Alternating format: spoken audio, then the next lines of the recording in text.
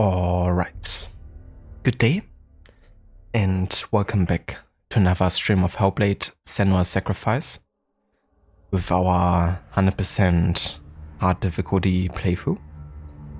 And yeah, the ending chapters, we have about 2 left at this point. We're finally ready to go into Hell and yeah, face Hela. And we're also gonna try to collect all the remaining lore stones. At this point we've collected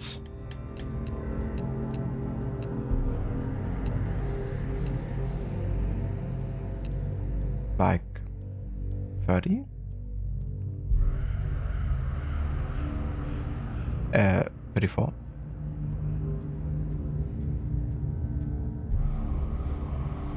Yeah, so we have about 10 left total, because there's a total of 10 lore stones that are divided between Hell and Hela's Sanctum.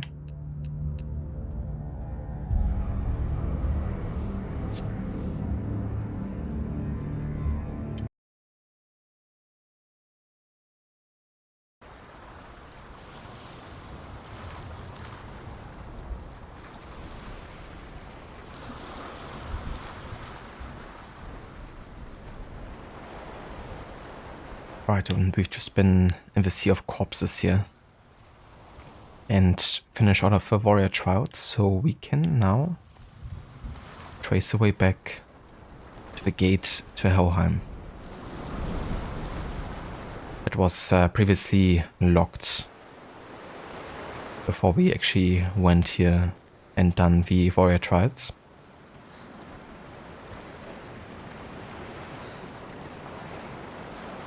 Also, the stream quality should actually be much better going forward.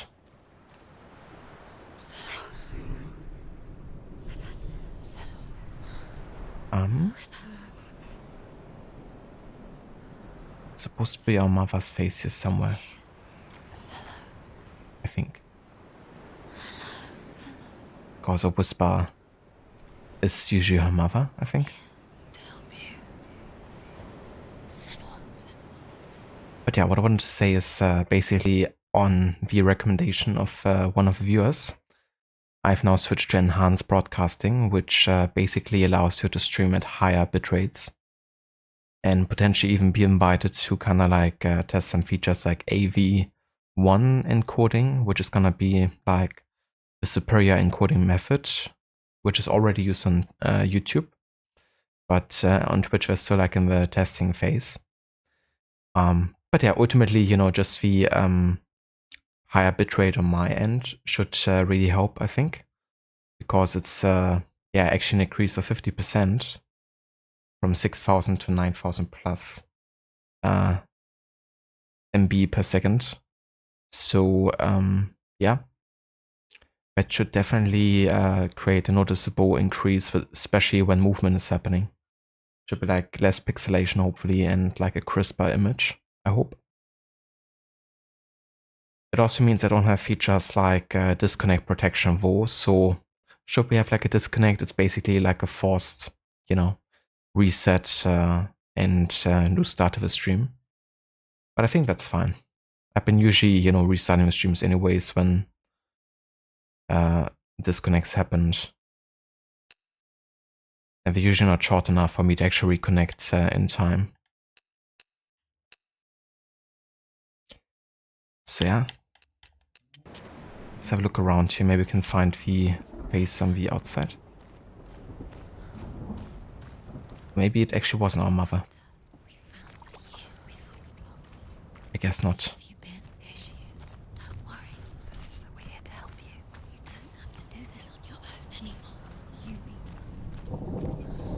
Hey there, Dr. Darling. Welcome in.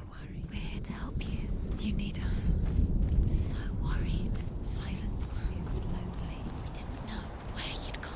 We're here to help you. Worry. You can trust us. Trust us. Senua, it's us. We won't leave you. Hello. Don't leave us. We're here to stay. She needs us. She needs us. She needs a way in. Into the mountain. Can you see it? Shall we tell her where to go? It's not far. Go Just up there. Listen to us. That's it. Shall we tell her where to go? Shall we? Does she know which way to look? Does she know her way into the mountain? She's a good girl, isn't she? So clever. Did you miss us? Oh, she did. She did. Are you glad we're back? She's so glad we're back. Go on. There's a door. You can do it. You can see it. Come on, Senua. Go away. I'm not listening.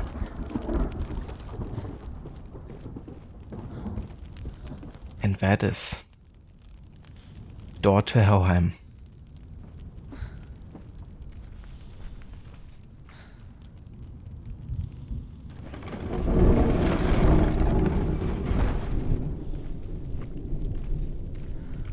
Followed by the second door to Helheim.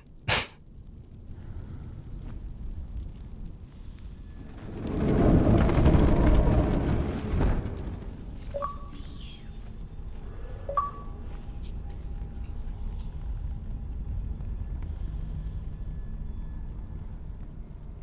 Hey Vaora, welcome in. Was the first redemption already claimed? Yeah, I guess Dr. Darling has just been waiting. He was pretty quick to get it. But yeah, how's it going, Aura? Welcome in. Dr. Darling followed by the third door to Helheim. And then it just keeps on going and going. All of a sudden the credits start to play and on every door there's like a new credit. It's like you finish the game. Enjoy an endless amount of doors, you're never gonna make it to Helheim.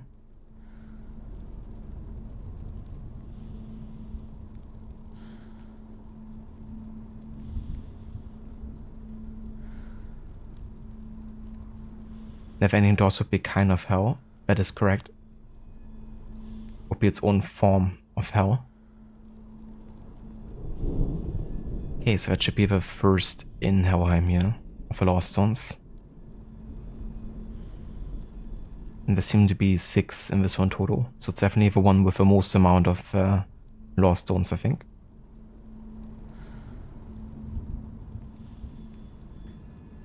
The true game was the doors we met along the way.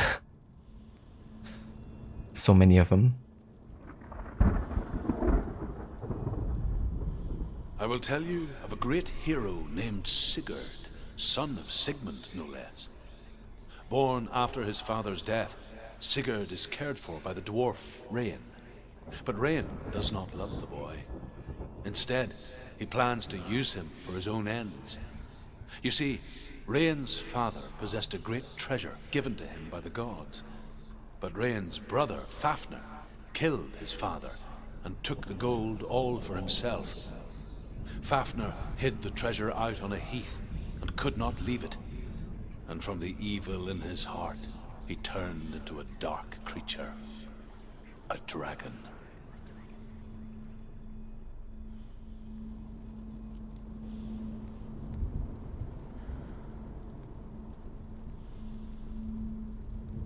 A dragon.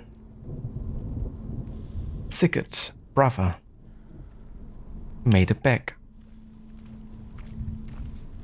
Gotta say, I'm actually quite excited to play Valhalla.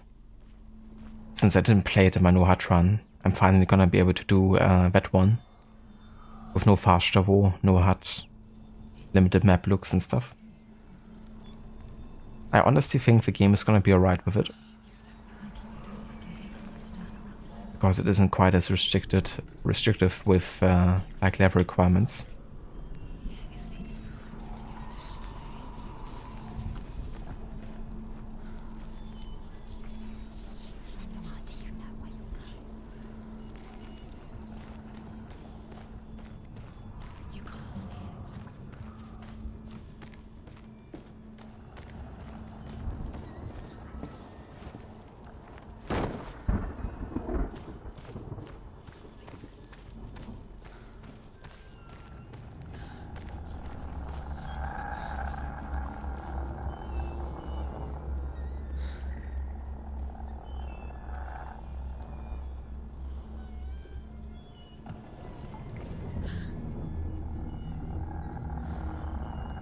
In God of War, you actually find Fafnir in dragon form and have to free him from whatever chains he's on.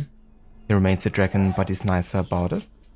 Was that in the first God of War from 2018? Because I remember a mission where I had to like free a dragon. And like remove the chains.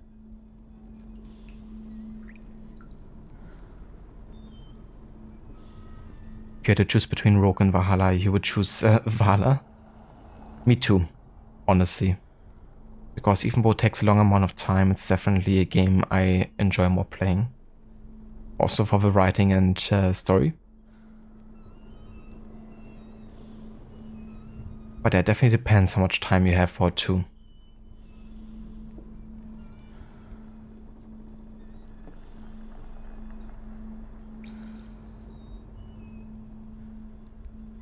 It's from the 2018 one. There are a few dragons you can find and free.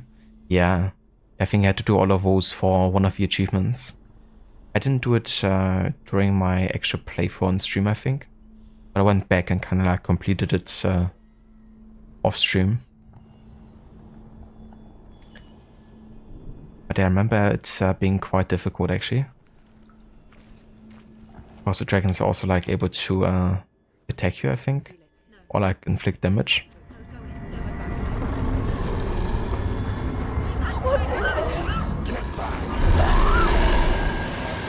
A great beast guards Helheim. Garm is its name, and it knows you are here, Senua. It can smell your stink. What are you afraid of, Senua? How will you save Dillion if you are too much of a coward to step into the shadows? They can't stop me. Then do it!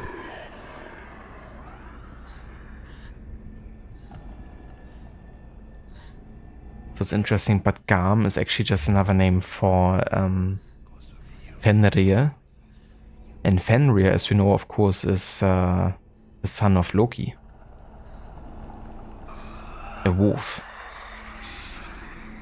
The one that's destined to kill Odin in Ragnarok. So that's the beast that actually chasing us in the dark here.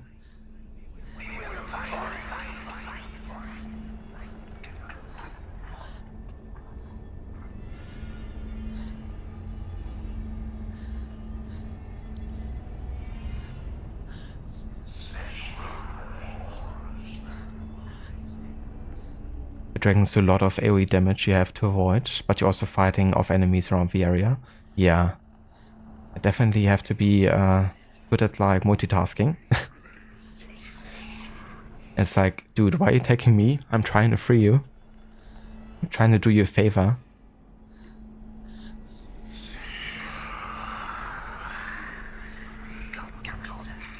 But you mean if you had to choose the best of your least liked AC games? That's fair too. You know, Valhalla wasn't exactly your favorite one in the series, was it?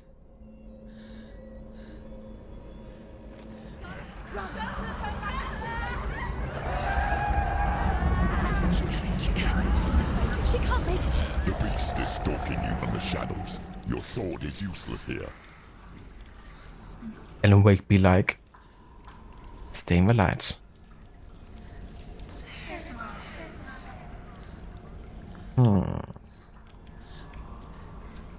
Yeah, I don't think I should go in the dark there. Let's just go and grab a torch, any kind of light source.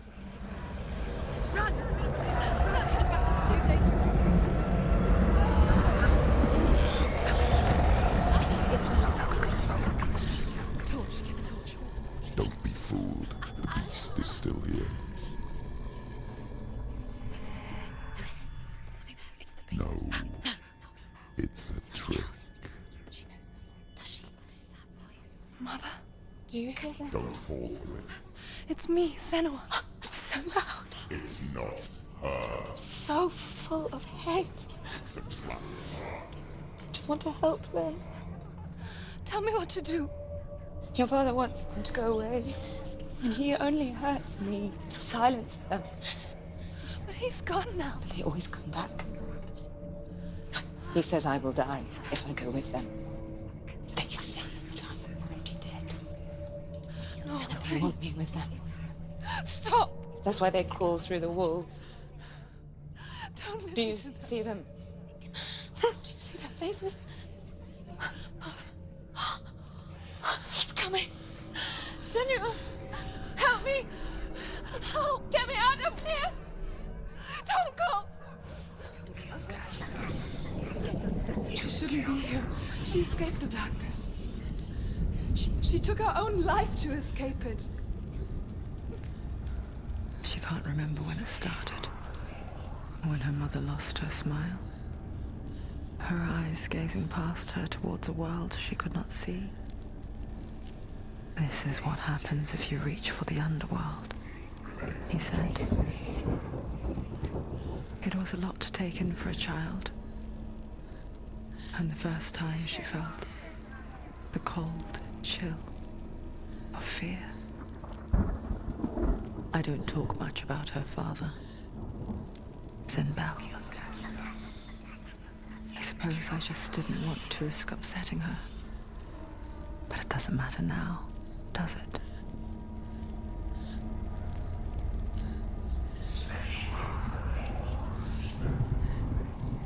I was not sure if you guys were there when I said at the beginning of the stream, but the stream should actually look substantially better now when movement is happening. Usually when you stream on 1080p, there can be like pixelation with like high movement kind of like scenarios.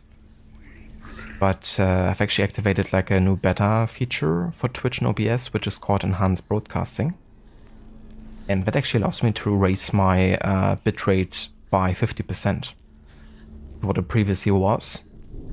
So yeah, that means it might not look, perfectly crisp, but at least it should have less pixelation and like a, crisper image quality overall.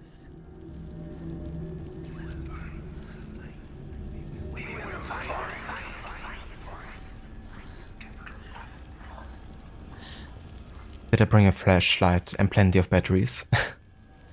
I wish.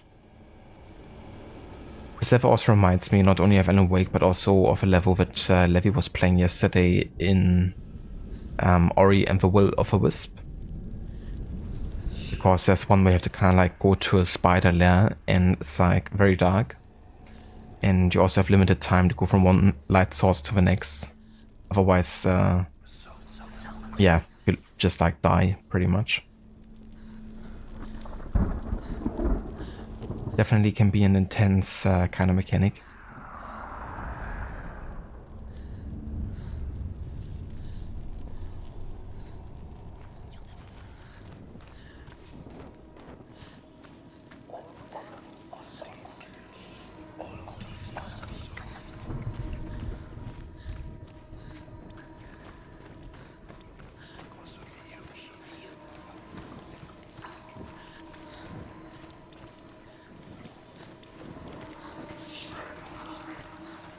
Go ahead and knife this.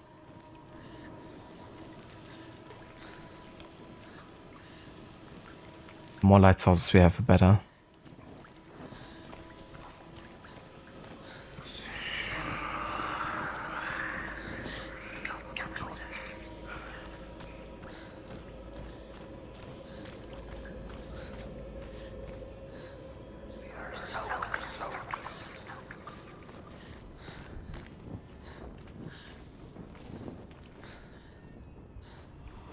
Okay, I can't light this.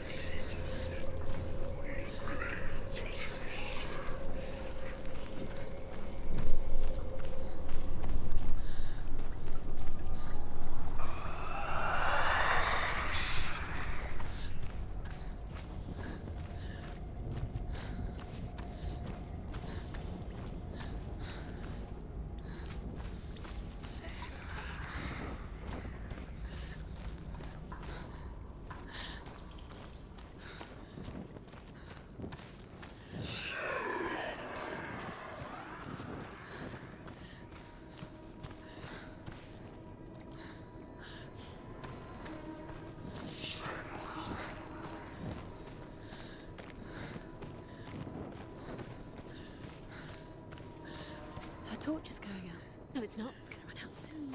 She hasn't got much time. It's gonna burn out. She's too slow. It's not going to burn out. The darkness will come again. It's going to stay in light. Safely down.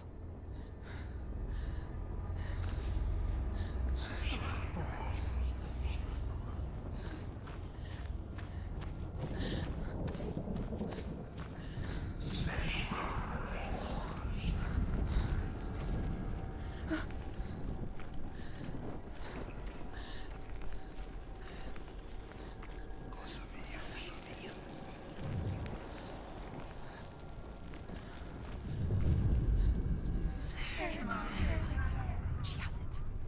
You have it. Keep going. Where's the next? Two more to find. I can feel them. Two more to find. Why are we doing this? Wasting your time. What do you think this is? The symbols are pointless. What if you connect them with this? Save Dillian. This is just another trial. It's just another trick. Just to distract her from her real mission. You think you know, but you don't. Your mother is trapped. You don't know anything, is she? And Dillian is dead. You killed us. You killed us.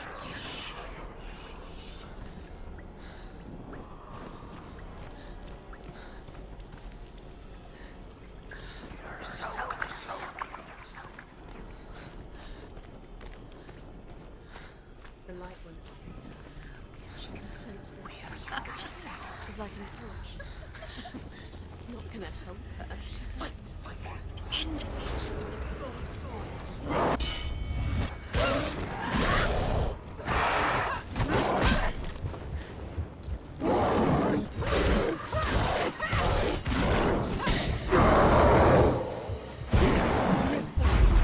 It's building.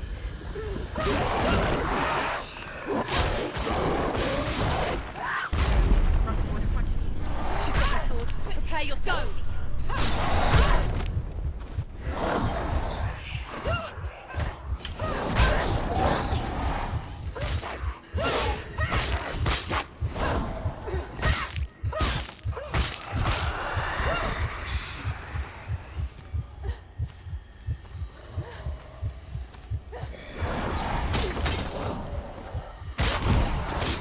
Focus. It's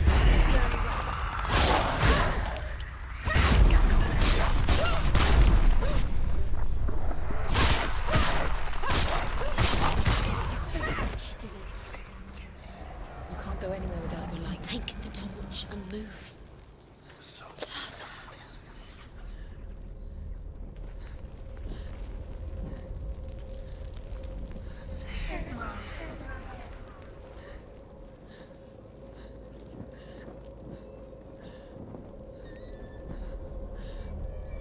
Or you walk away for 5 minutes to get dressed and I've turned all the lights off. Yeah, that's how quick it can go sometimes. But I'm working my best to get all of them back on.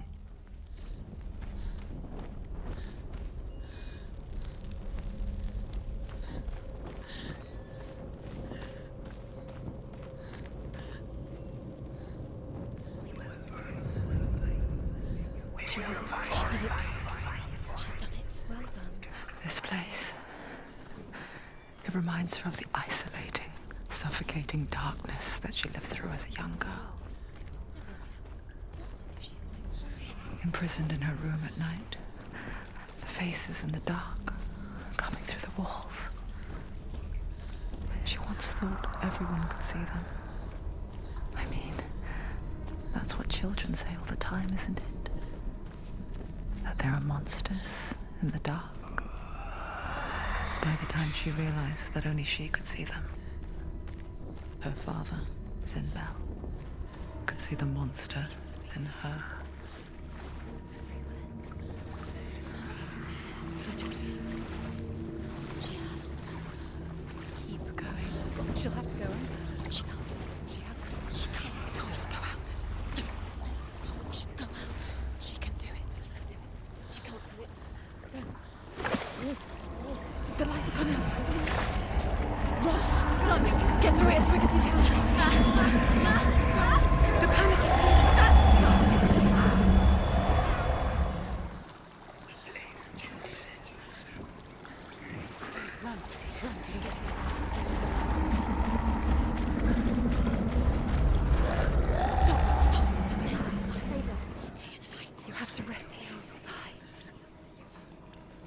So there was some antipsychotics in family therapy.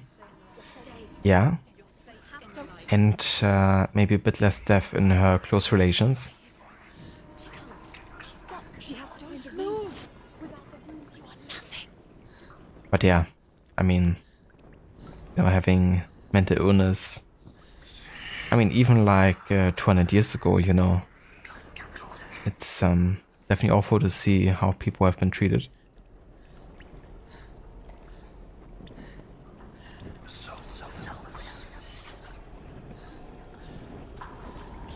Next light. Let's go quickly. Run. Look. Fire. She has to go towards him. She's too weak. She will. She has to leave. Where's the torch? Take it. It'll keep you safe. You can see. Now she can find the room. She can find it. Keep the light. See it. She has no. Use it. Free to search. The light will keep her safe. The light will guide you.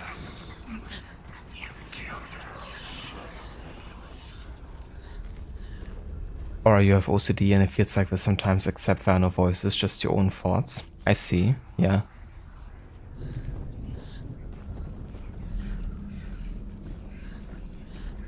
Yeah, that's understandable. Definitely know people in my relations that, who have similar situation to what you're describing sometimes.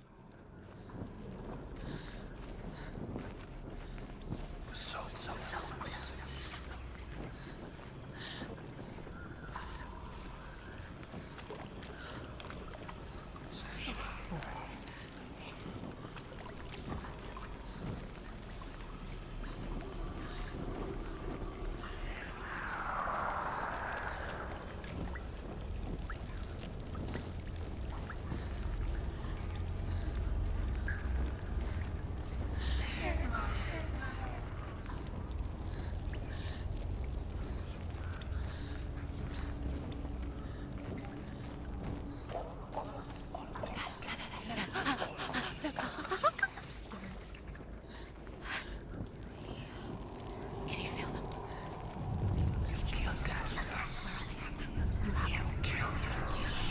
Do you feel it? The beast is crawling into your mind, searching for weakness. It found your mother and used her to trap you in here. Did you see her die? I don't remember. I was only 5.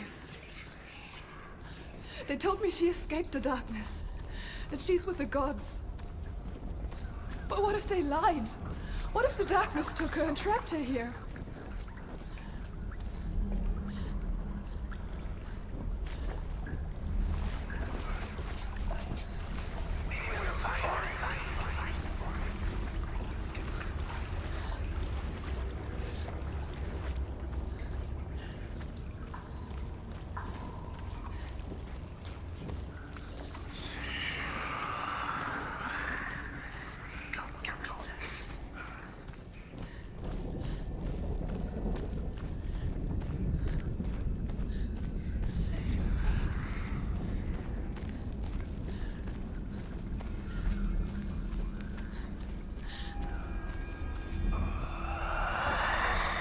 Okay, so we now have found all of the runes to go through the door. However, there should be still one lost one we've missed at the cave entrance somewhere. Let me just have a look here.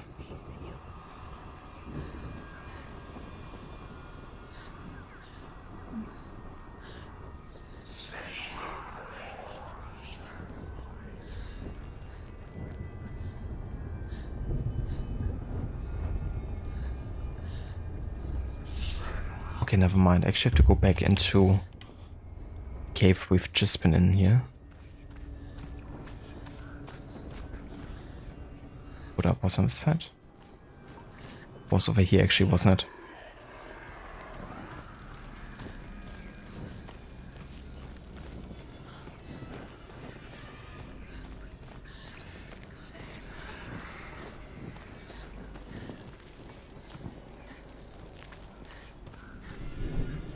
What you know the feeling of where you have just mild OCD, yet it's pain the rear at times, even with grocery shopping, you have to get pairs. Yeah, and that's the thing, right? Like, it's also very unique, I guess, to every person, how it might, affect them. Or what's, like, causing it. Or how it's, like, taking effect, I guess.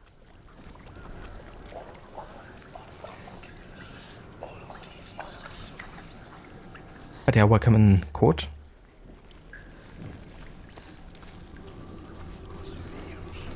So I have to go back to where we entered the cave, I guess. Should be over here somewhere. Ah, yeah, there it is. Rain the dwarf's sole desire is to possess this dragon's accursed treasure, and he uses Sigurd to reclaim it. He tells Sigurd the story of Fafnir's gold, and the good-hearted hero promises to slay the dragon if Rain would forge a strong sword for him. Sigurd remembers that his father once possessed a sword given to him by Odin. Odin broke the sword to bring about Sigmund's death, but Sigurd's mother still has the pieces. And so Rain reforges the famous sword.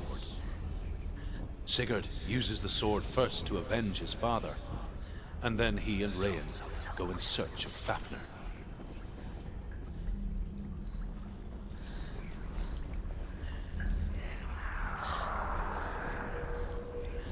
Following Gatwas is not a bad idea. I want to get all the lore stones this time, and while I can replay chapters, you can't always backtrack, I guess, to previous areas. Because sometimes points may be blocked off. And I played through this game before, of course, and I never managed to get all of them naturally, so I figured this would be a good way to minimize the amount of like replaying and backtracking I have to do. Because some of them can be quite easy to miss. But I usually skip most of the guide. I just look for, okay, that's the next lore stone, and get like a rough idea for the location.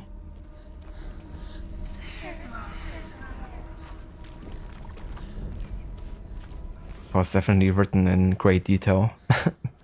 But at that point, of course, I wasn't really focusing on the game quite as much anymore. I would follow the exact route we're going. But yeah, it really helps.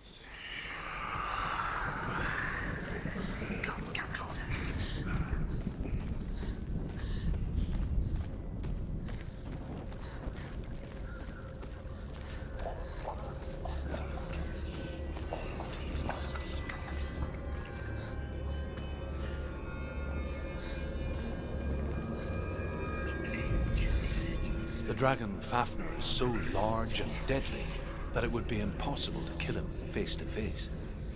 But each day, Fafnir crawls across the heath to find water. So Sigurd digs a pit in the dragon's path and lies in wait in it. When Fafnir slithers overhead, Sigurd sinks his sword into the dragon up to the hilt. Sigurd leaps from the pit, and Fafnir sees his killer. He warns Sigurd that the treasure will lead to his death, as it led to the death of all who owned it. Sigurd replies that death comes to all men, and every man will want to be wealthy until that day. And he takes the treasure.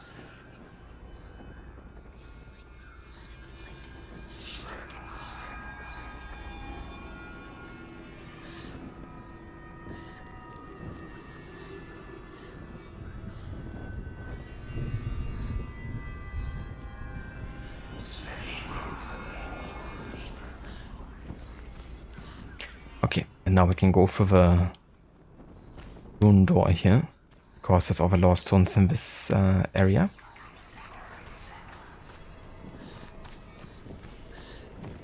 Go through the door. The door is open. It's open. You have to go through. She can get her mother out. Her mother doesn't. Where is her mother? It's just another. It's a trap. The beast is coming.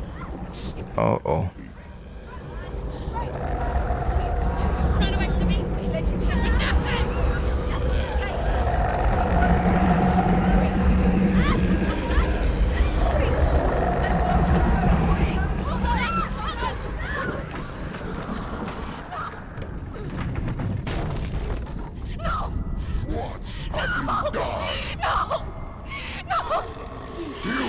It's over. The darkness is back. You've lost him. You've lost him. Get to the light! Without his head, you will never bring his soul back. His fate is sealed. Now it can see you at your weakest. The time you suffered as a child at the hands of your father Zindo while you pined for Dillion. Do you remember that darkness, Senua? The beast is bringing it back.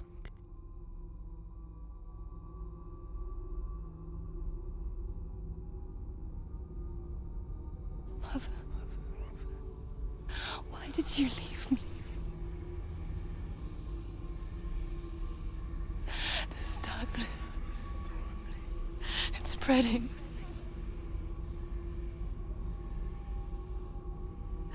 Father's keeping me away from the others. Away from Dillion.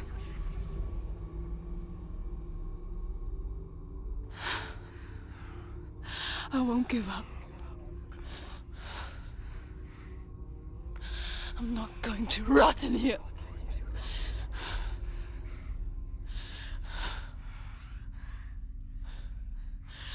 I'm going to find Dillion.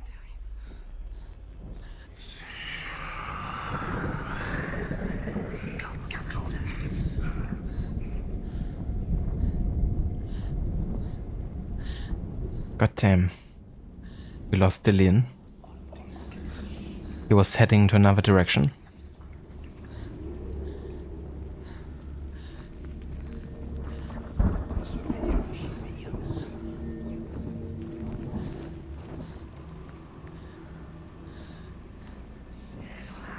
Again. Again.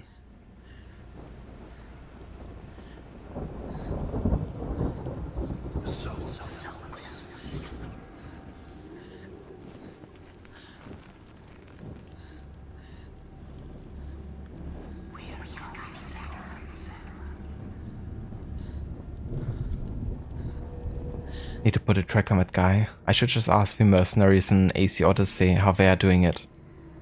Because they seem to have the best GPS system of the ancient times.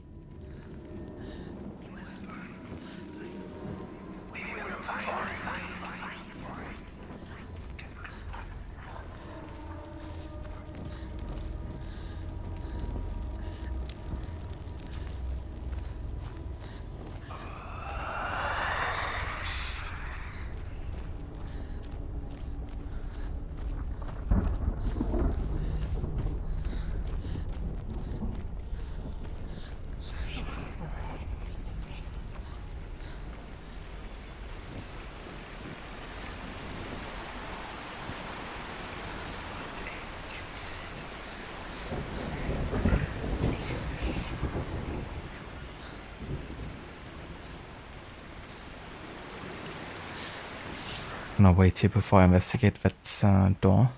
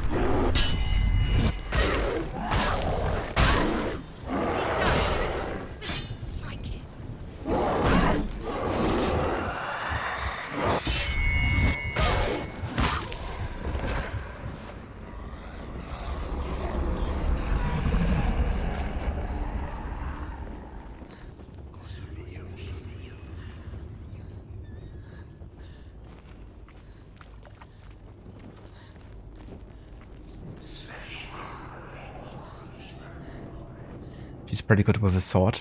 Definitely.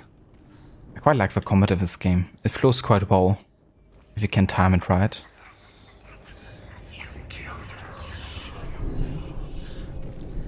But sometimes can be a bit overwhelming when they're like attacking you from every side. And if you're like also getting locked in a corner. And the camera's like super close to Senua.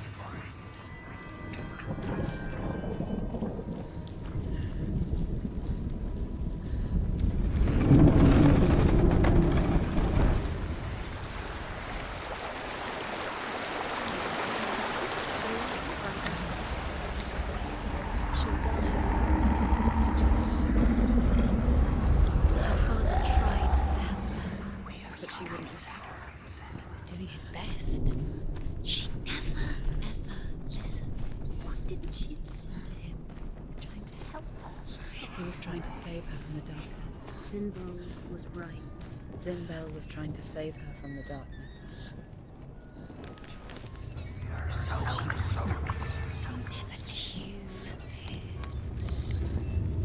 And now everybody is dead. Because of her.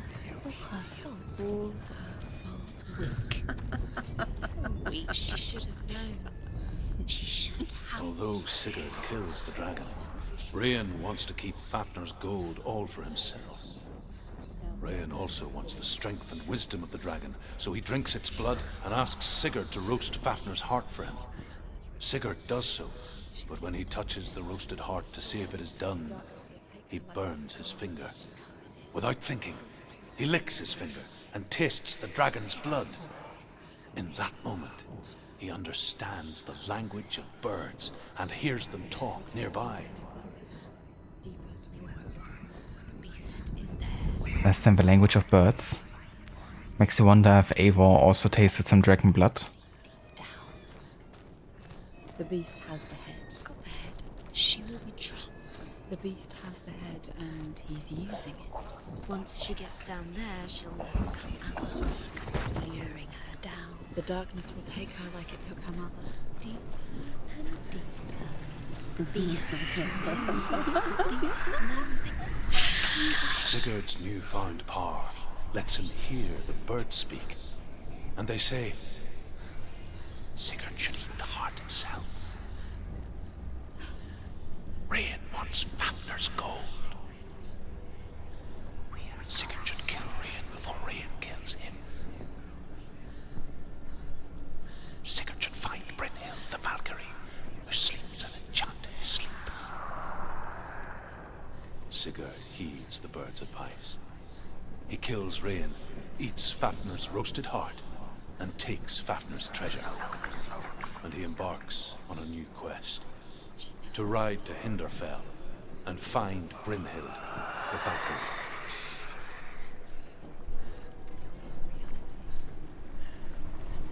The beast. Yeah, getting closer and closer here. To face Fenrir. He's using you. The lights run out. She'll die. She can't. She has to.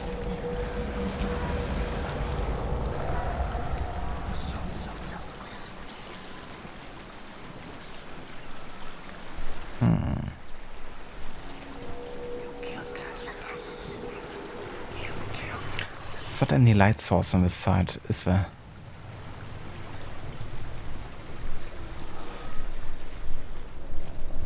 Maybe if I go around here.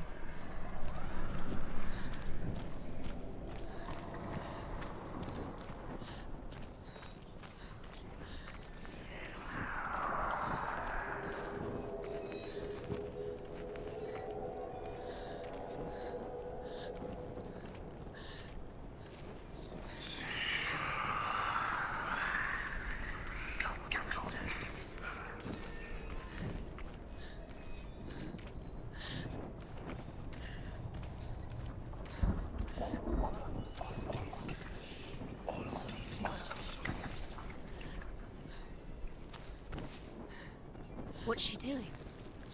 She's lighting a torch. She's making light. She's making a fire. She's got light on the other side. She'll be safe. What's her plan? What's she thinking? She's going to get there.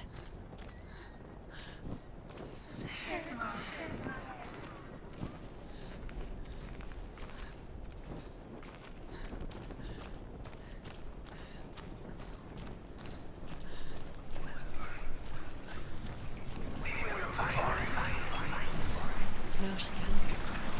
She can do it. Where is she going? Faster, faster, keep going, keep going. She can't get through, so she has to. Get up, get up. What are you doing? That was elegant. Was like Senua smash.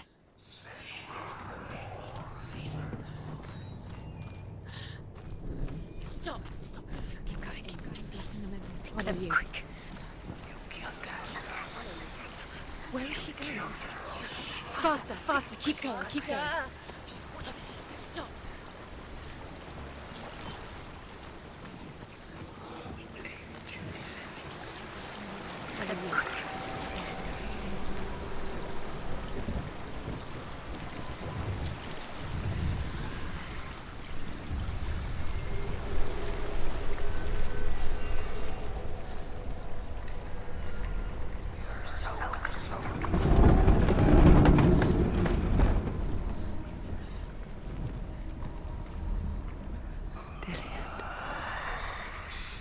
She can't help but think of him. A guiding flame in a world so black. The longer it burned, the more she convinced herself that there was nothing beyond its reach. How little separates us from what we fear. Or you've never finished this game, obviously, but you wonder often how long they made a sequel from how they made a sequel from this story, especially after seeing the trailers for the second game. Yeah, I wasn't too sure either, honestly, because the story seemed somewhat finished. At the same time, you know, of course, the character keeps on living, and there could be more story to tell. But I was wondering too, you know, how would actually make Senua's gameplay different, because it's quite a journey she goes through and quite a change as well. Also, it's like a journey of empowerment, which means, you know, ultimately she's gonna get to be in more control, I guess, of herself in certain situations. But they do definitely make that a topic in the second game. It is quite different actually to the first game, because of the change that she goes through, I guess.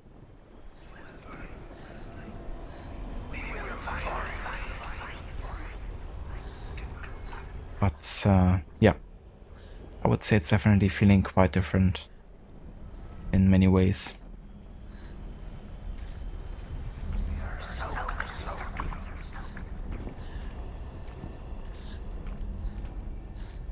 She's reached the bottom. There's still further to go. It's close though. She Okay, that should be the last lore stone for this chapter. don't let Sigurd learns that Brynhild had once disobeyed Odin, and so he had her punished, stuck her with a sleep thorn, and put her body within a rampart of burning shields. Only a man who knew no fear would ever reach her. But like me, Sigurd is fearless and passes through the flames, just as I did, and wakes the sleeping warrior girl. She teaches him the secret wisdom of runes, namely victory runes, ship runes, runes for persuasion, runes for truth, runes for healing and help, runes for perception and power. Like Sigurd, the greatest young warrior of the North, you must learn the secrets of the runes to fight amongst the gods in Hell. Runes, runes, runes, runes. Runes, runes, runes, runes, runes. Lots of runes.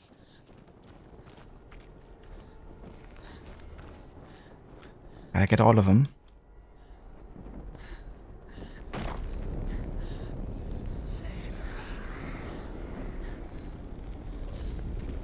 Ruins this, ruin that, ruin everything.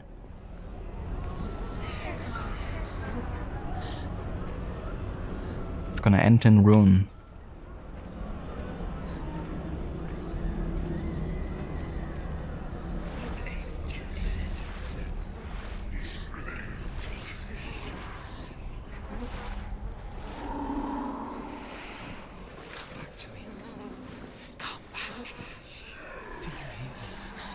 I hear you. Come back to me, Senua. I'm coming for you. Follow my voice. I'm coming.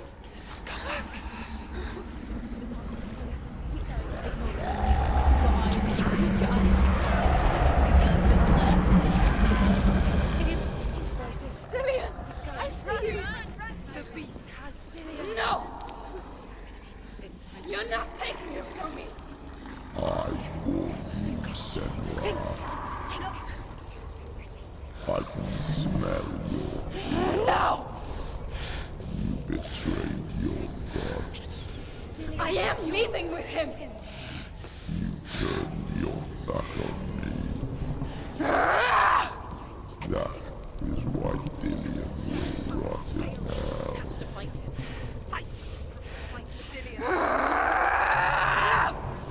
Come into my shadow.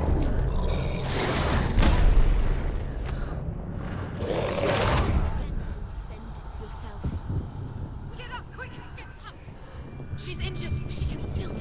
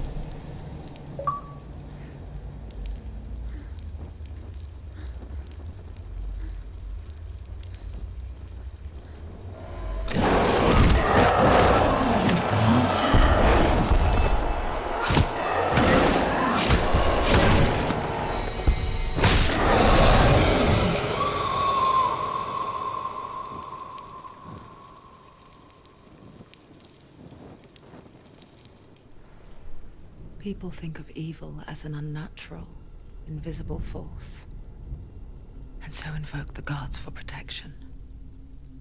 But evil can come from the hand behind the gods.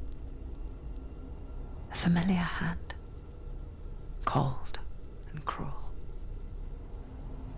He tried to fix her with his rituals, kept her trapped in that hole. She couldn't say which was worse. The darkness, or the monster that her father had become. She couldn't fight them both. And so she left, headed for the one ray of light that shone down on her. If she had stayed, she wouldn't have survived. But maybe Delian would still be alive. I'm so sorry, my love.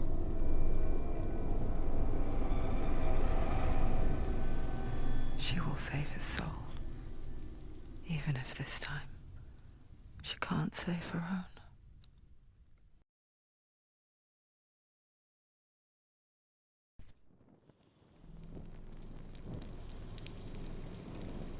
Forgive me, Senua.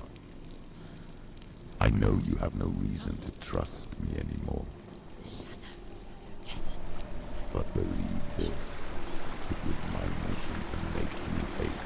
To hate the darkness with a passion so great it would focus your mind on this quest. All about it. I've been all this time, I've wanted to protect you from the truth that would have destroyed you a long time ago. But you have conquered your darkness at every turn. You deserve to see behind the veil of darkness. And take me to the mountain to trust you as deep as we can go. I won't stand in your way. She has to trust him. You will not survive what is in there. I know. She doesn't want to tell us. She has nothing. She has nothing. She's come this far. She wants to go forward. She must listen to his aims. She wants to save Delian's soul. She must listen to the shadow. And where we are. Fenrir defeated. Tough fight, to say the least, especially when, you know, he's charging at you in the dark. I've like barely any time to react sometimes. And often one hit is enough to already go into a state where you're like almost dead if you don't tap A fast enough. She's still alive. The rot hasn't. It could all be over so soon. So quick. No, she must keep going. Or spooky scary, you wonder what all this looks like from an outside perspective who doesn't have mental illness. So Hellblade 2 actually dives a little bit into it. Because there she acts kind of like as a seer type of person. That is trying to tame like some of the natural extreme occurrences that happen on Iceland. That she sees as like giants, I guess, but others see as like, for example, storm. And the kind of like bridge, you know, like between what is kind of like real, what is like inside her head a little bit. There's definitely a game that tries to create that gap a bit more, or a bridge, I guess, between what this game shows and what maybe is it really looking like. Lack of health bars is tough for you because you like to know where the end of the fight is coming. I don't blame you. Yeah, this game definitely has a bit of a no-HUD approach to it. A lot of information you have is kind of like translated through the visuals in the actual game instead of like an overlay.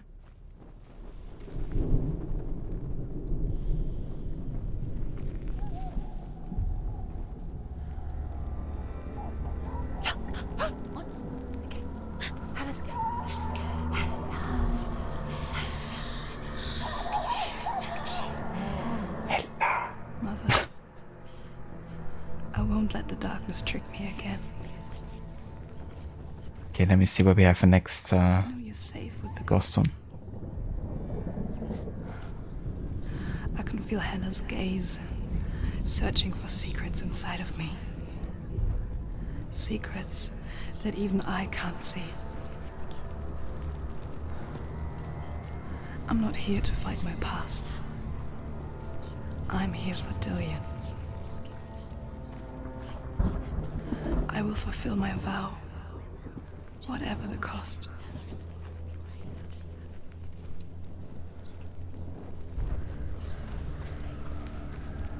No, she can't. It's too dangerous. It's too weak. She has the soul. She is rotting. Ella, Cassandra, is that you? And Phobos? Ella. Hela is powerful. But they're not quite. We're talking about Hela. Hela has Dillian's soul. Like hell. She must fight, or she must find another way. Good morning, Bioshock. Welcome in. Turn back. You find yourself saying Ella, Ella to your dog when you need him to hustle. That's a nice thing to actually incorporate into the doggo training. She's not strong enough. Hela has defeated her twice. She can barely walk. Hela gave you the rot. Look at your arm. Look what Hela's done to you in front of you.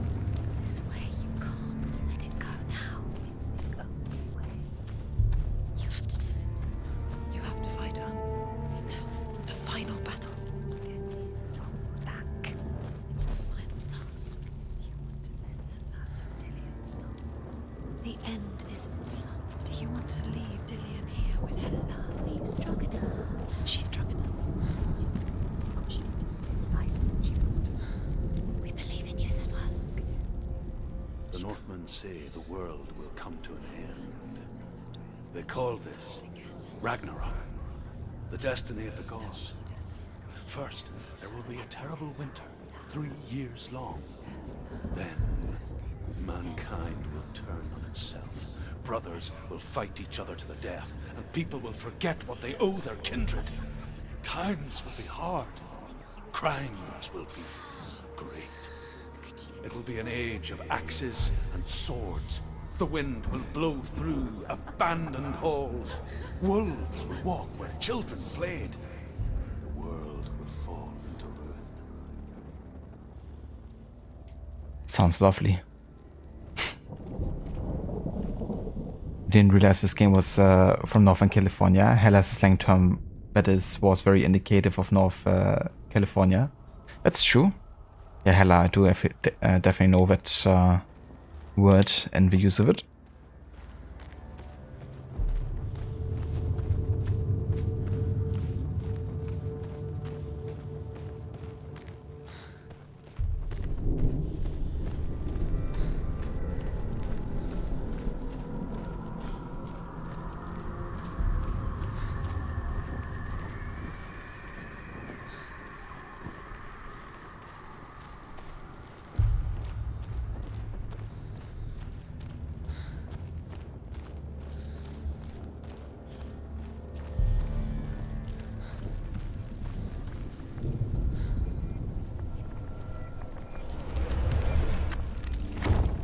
She did it. Alright, that repairs one part of the bridge here.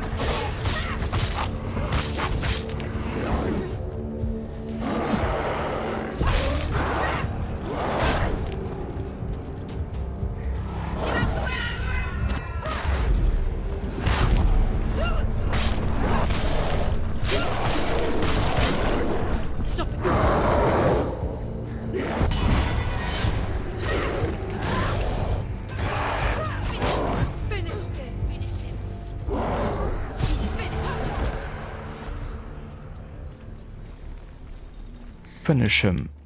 How will she do it? What will she do?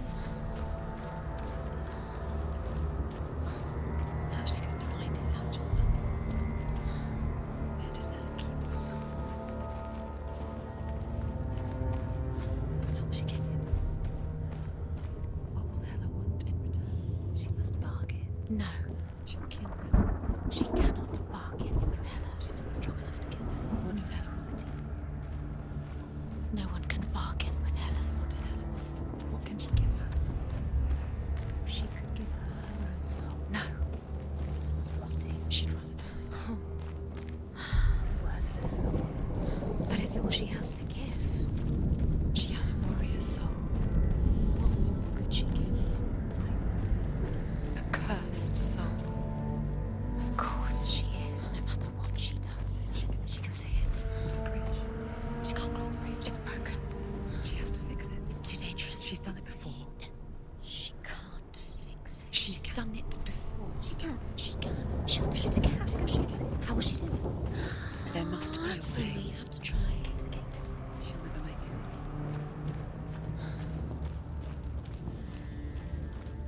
Flawless victory. Hell yeah.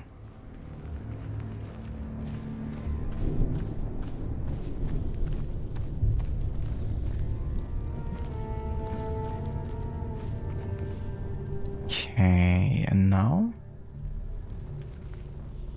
Do we have to go back the ladder?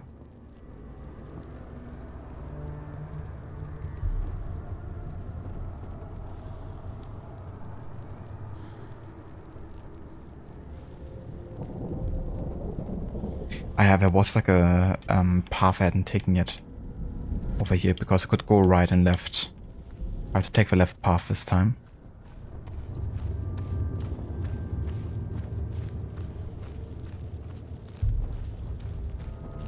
Over here.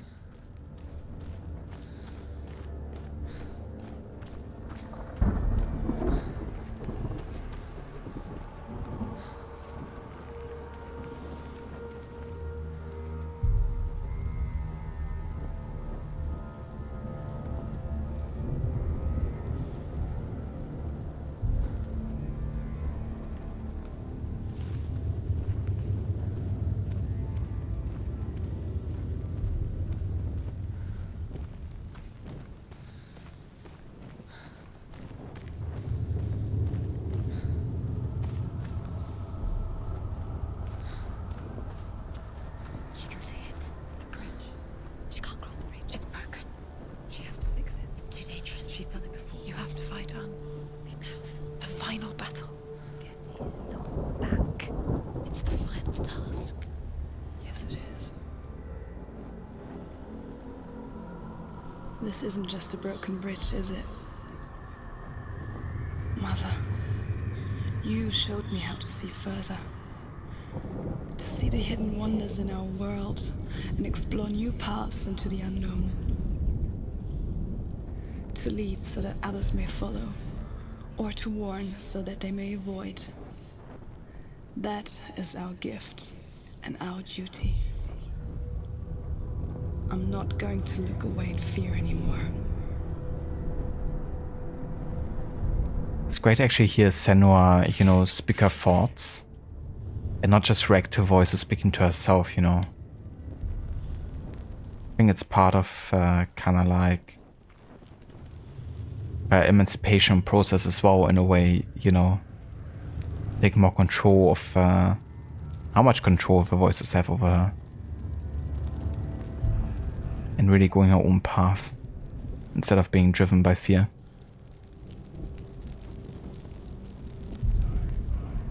The Northmen say the gods will fight their last battle at Ragnarok. Their watchmen will blow the horn that can be heard through the whole world. And Odin will speak with the severed head of Mimir, which gives him good counsel. The land of the giants will thunder with the sound of their army on the move. The gods will assemble. The dwarves will leave their stones. The frost giants will come from the east. The Midgard serpent will turn up the waves. Eagles will scream and tear at the corpses with their yellow beaks. The ship of the dead will set sail.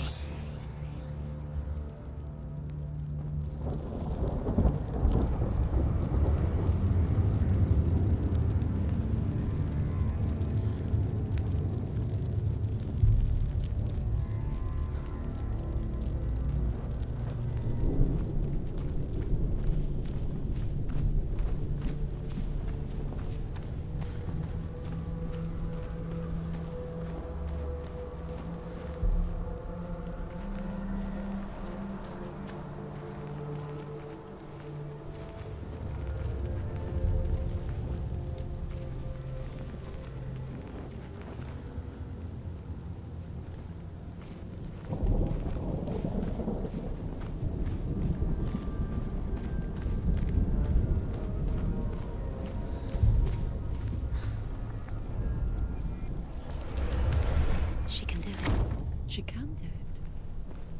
She can still see the secrets Of the gods.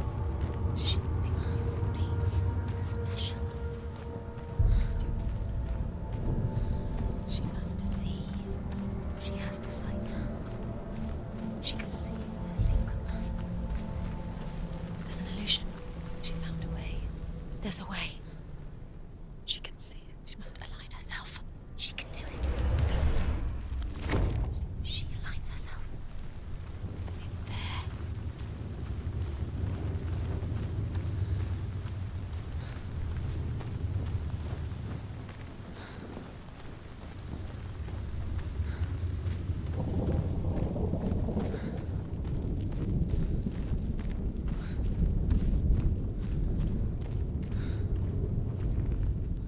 The Northmen say that at Ragnarok, the gods will face a ship full of their foes, which Loki has steered to Asgard.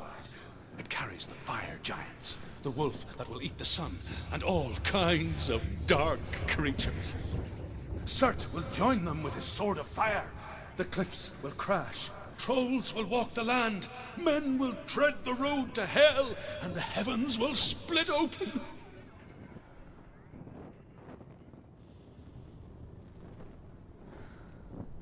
Off to a dramatic finish here with a last Lore Stone, which we're just about to collect and then get the pretty much hardest achievement and only achievement that's missable for the game. Collect all of the Lore Stones. All the other ones you basically get by just playing through the game. I don't think there's even an achievement for playing it on the harder difficulty. So that I've just done on top pretty much. Make this game a bit more of a challenge.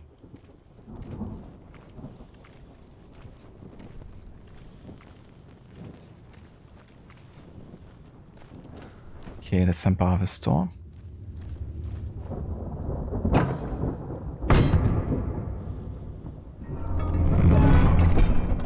And then we go upstairs. Hard to find. You think you stopped your playthrough of this because of some puzzle you couldn't figure out or something? Yeah, some of them can be quite tricky to get right the first time. Especially how it really matters on your positioning and perspective sometimes. I definitely got stumped on a few of them on my first playthrough.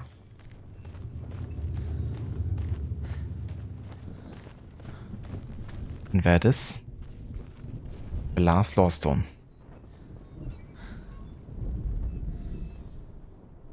The Northmen say Odin will fight the monstrous wolf and be killed, but his son will avenge him and plunge his sword into the heart of the beast. Freyr will face Surt, but he had given his sword away for love, and without it, he cannot defend himself against the flames. Thor will smite the Midgard serpent to no avail. The sun will grow black, the earth will sink into the sea, the stars will disappear, fire and water will meet, steam will shoot up, flames will play against the sky, the heavens and earth and all the world will be burned, all the gods will be dead, and the warriors of Valhalla and the people everywhere. Senua, prepare yourself for Ragnarok. For it is nigh.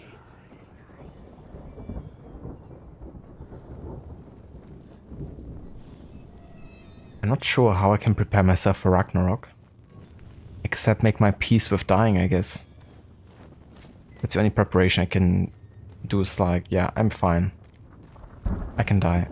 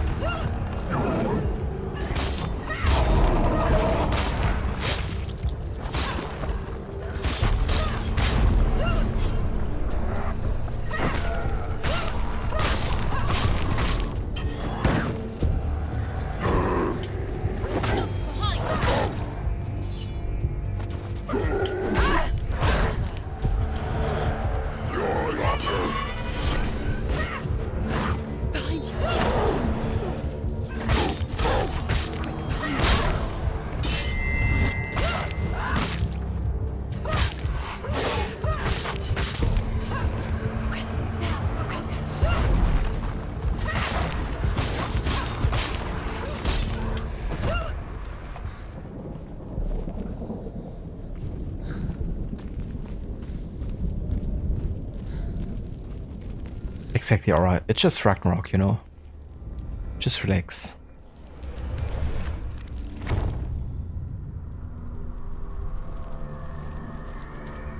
That is the bridge repaired.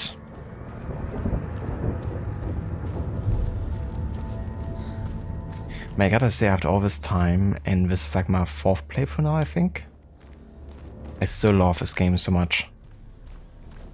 It's still like one of my absolute favorites. And yeah, I have to say, I still like it a lot more than the second game, even though I still really like the second. I don't know, there's just something really special about this one for me. But I do look forward now playing the second that I've, you know, immediately have played the first. Because I might see the second game a bit different in that context and also, you know, replaying it as well.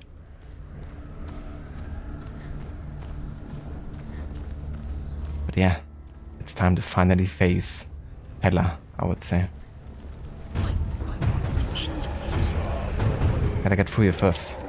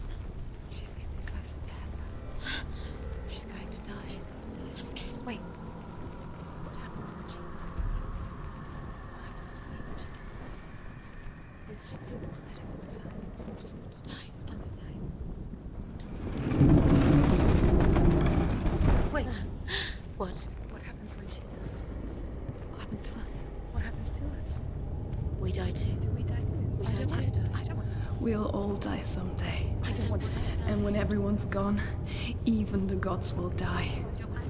We don't want to die. I don't want to die. Senua, stop. Turn back. Stop. Stop her. Why is she going? Stop. Why would she stop to die? She won't stop. Stop. Stop.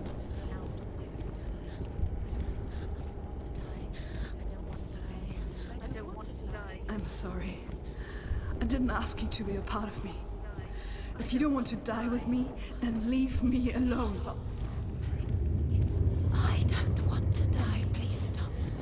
Please stop. Please stop. Please stop. Please stop. Please stop. Please stop. You'll never come back if you go there. There is nothing to go back to. We only have each other now. Don't abandon me. Everyone suffers. They were right about me. Listen to me, not them. They were afraid. Like children scared of the dark. So was I. They made up monsters to fill the void. That doesn't make them real. They made them real. No!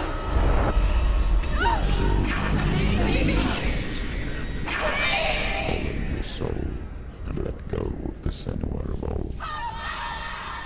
For there lies your weakness, and the darkness will find it.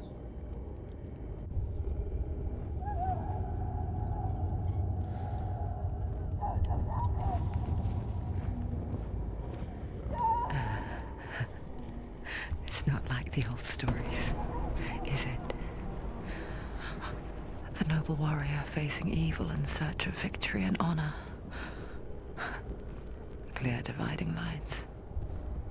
No. Oh, this place is not quite like that. It's as if it knows that true torment lies within. Memories you cannot defeat, cannot escape. This is her hell.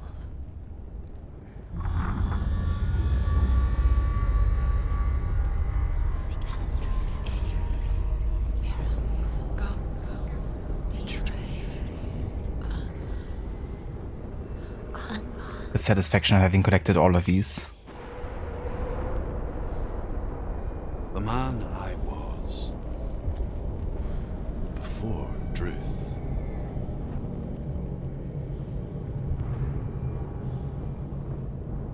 Was a true coward, Senua. I was well traveled.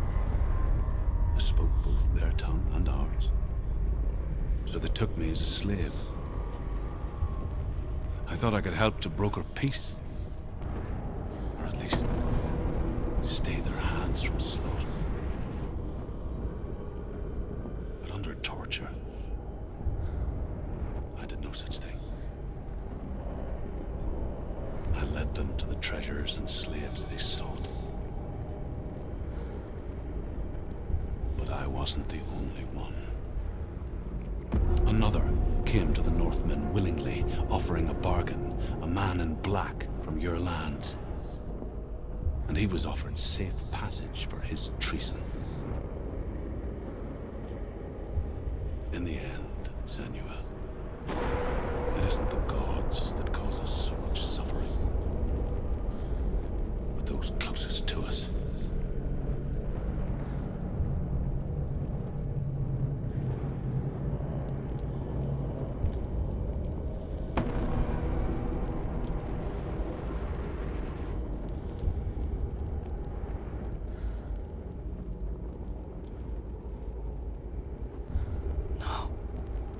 I'm here for Dillian.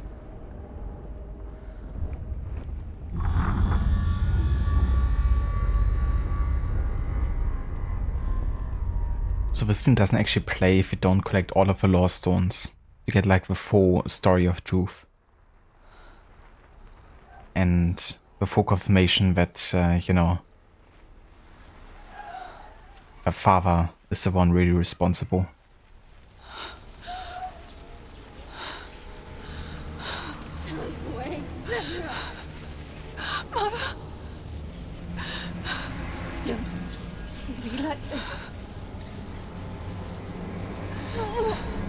Turn away, Senua!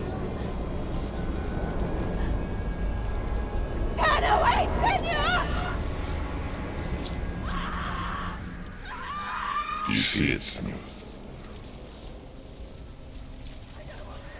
Do you see the darkness? Faces fear and suffering. You can see it.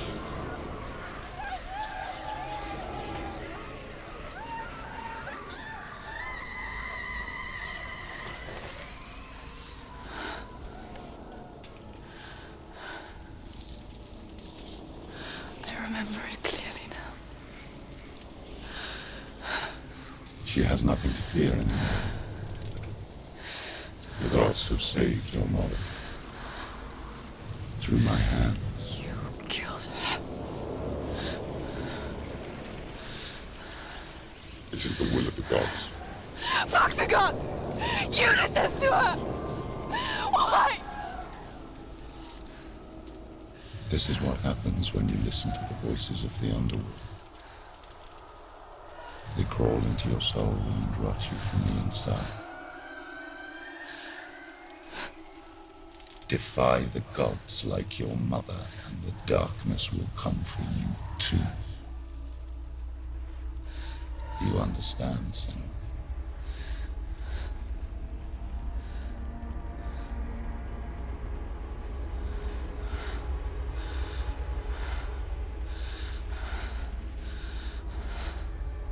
I do understand.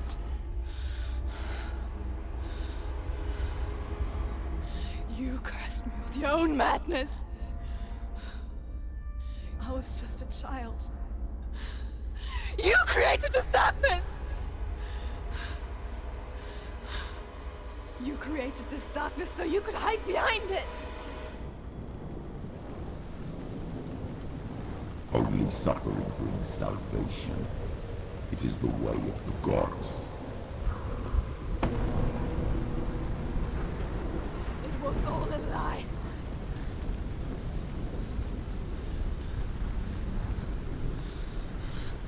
You are a lie! She didn't defy the gods. She defied you. And so you killed her. You didn't pray to the gods. You prayed to your mother. Your mother, who was too weak to fight the darkness and abandoned you. You tortured her. You killed her. You are the darkness.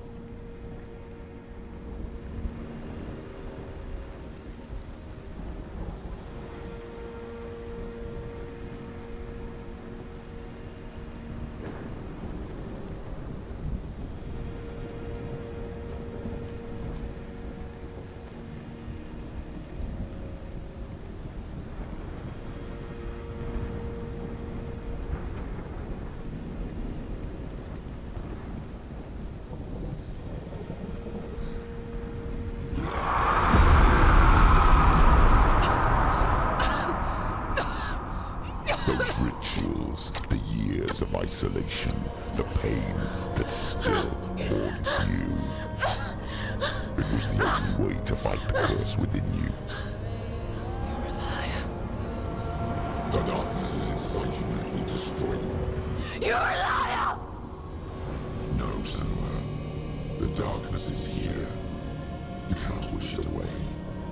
And it will watch as you draw your last dying gasp. I won't let you kill me.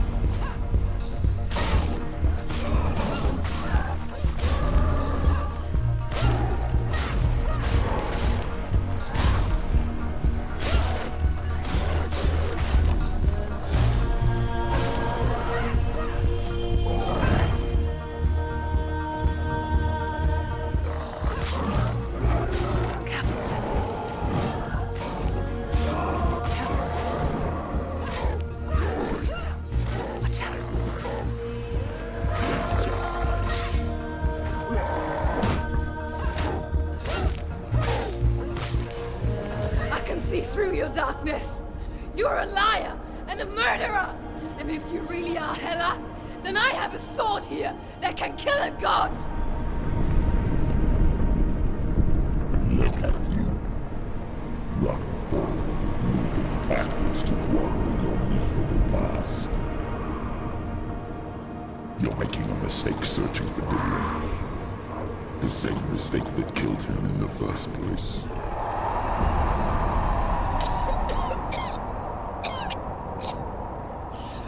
I'm trying to save you from yourself. You still believe it is a lie? The plague of darkness, the butchering of Dillion by the Northmen. You saw it yourself. You told everyone I was cursed. They believed you. I believed you. Tell me, Senua, where is Dillion's soul if the darkness is a lie? How you saved him?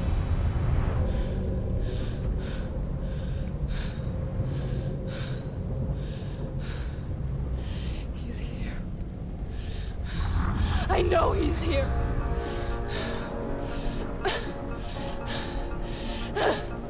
Dillion, I know you're here. Hold on. I'll find you.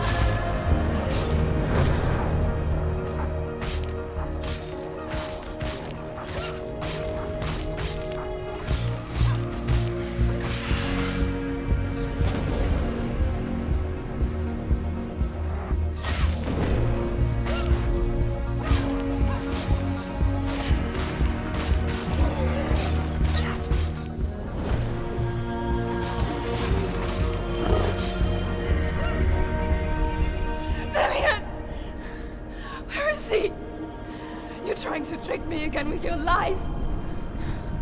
I know he's here. You took him from me.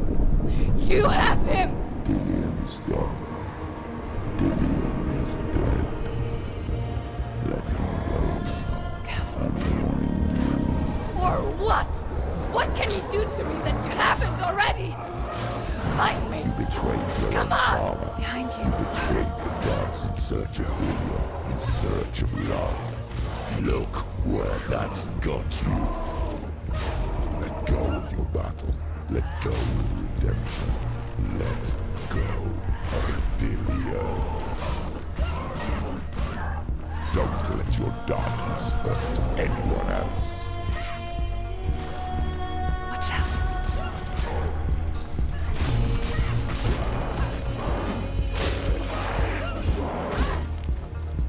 Behind you. Watch out. Silence.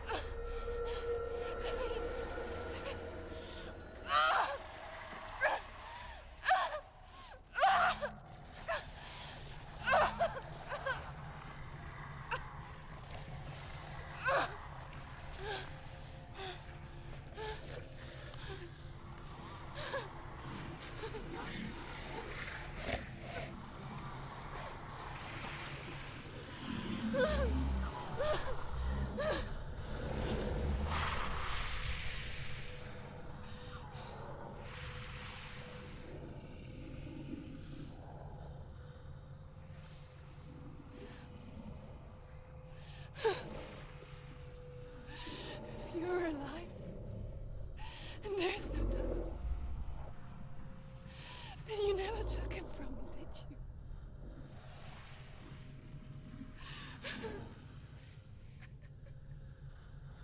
And I can't save doing it.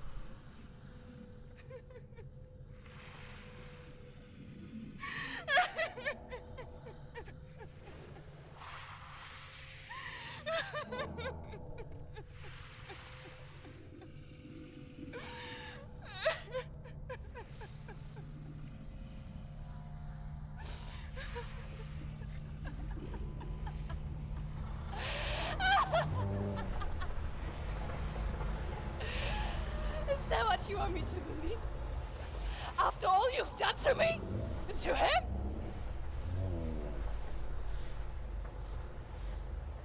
You're not a lie, but you're a liar! You crawled into me to confuse me and deceive me. But I know it's him. I know you have him.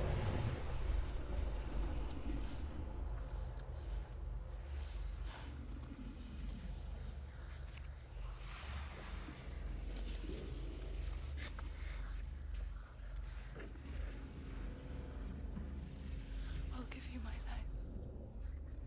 That's what you want, isn't it? My soul. Take it. I'll be your slave for it. I'll fight with you at Ragnarok. If you release it.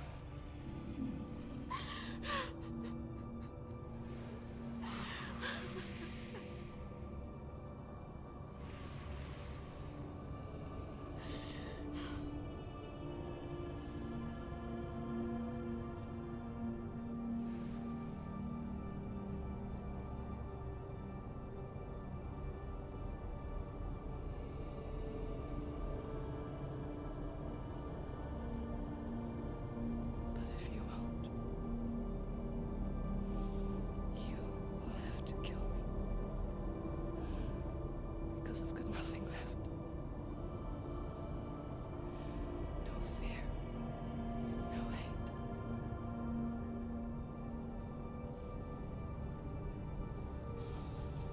No quest.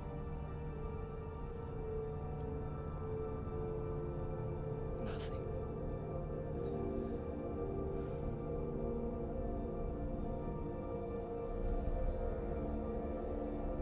And you will have no power over me.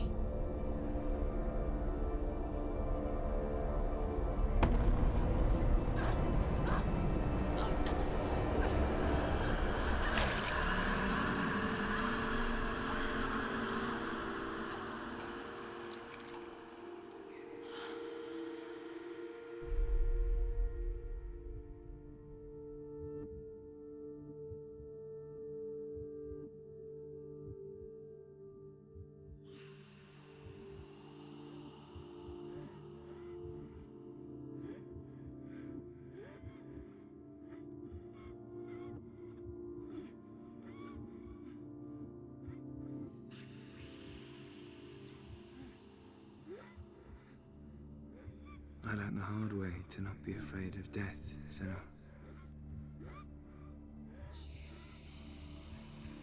Because a life without loss is one without love.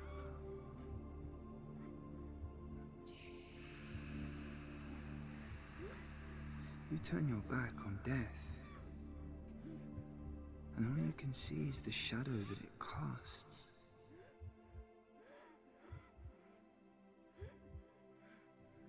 The longer you hide from it, the longer the shadow grows until all you can see is darkness.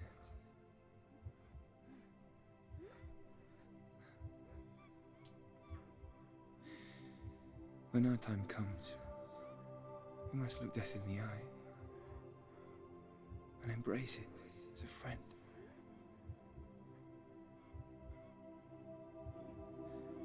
Only then can we let go of our fear.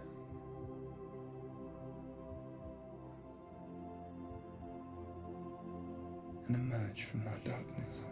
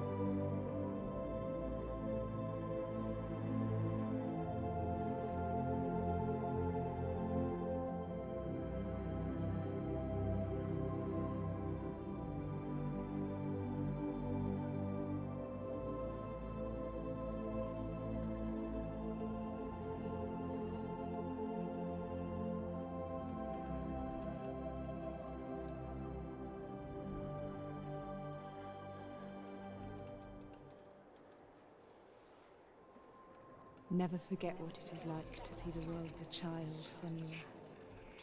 Every autumn leaf is like a work of art. Every rolling cloud a moving picture. Every day a new story.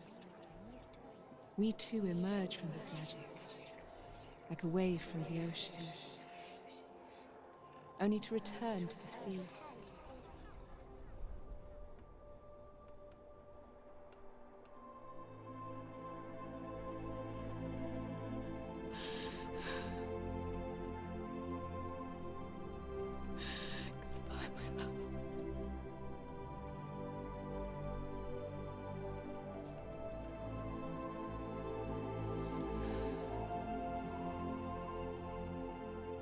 Do not mourn the waves, the leaves and the clouds.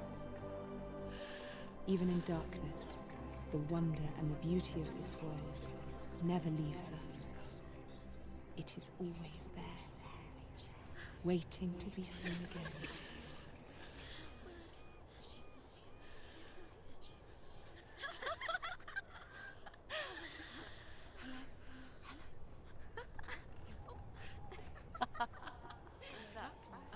Oh no. Oh. It's the rot. The darkness is working. The darkness is working.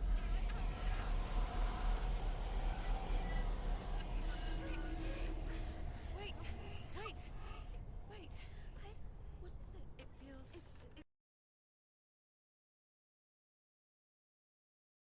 Wow, I was thinking like, why is the screen always all of a sudden going dark? But because I was like not doing anything on my controller the whole time and I was just like watching the scene, my Xbox thought that I was going idle. And was just like going to his pause screen. Like one of the most important, you know, moments. Because it's a moment that, you know, the darkness is alright. You know, she accepts the darkness and she's fine with it. My eyes, it hurts. It's gonna hurt again here in a second once I do any kind of input on my controller. And here you are without sunglasses. Same here. Also, hey there, Dr. Ronnie, welcome in. How's it going, dude? Thank you so much for the 47 months of resubbing. That is a lot of months. Almost 4 years, dude. Thank you so much. I really appreciate the continued support. And yeah, I hope things are going well with you. Hope you had a good rest of your summer.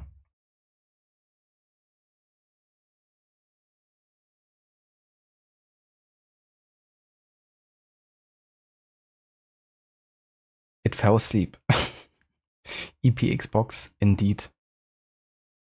That was a good movie, wasn't it? More of a movie than a game. the cinematic experience. But yeah, the second game even more so. The Xbox heard you scream was like, let me give you a break. But the break has to end. So back to flashing your eyes it is. This is where my story once began. And so it has to end here. Because I cannot see further than this. Follow us. We have another story to tell. My friend, go with her. This now will be your story to witness. Goodbye.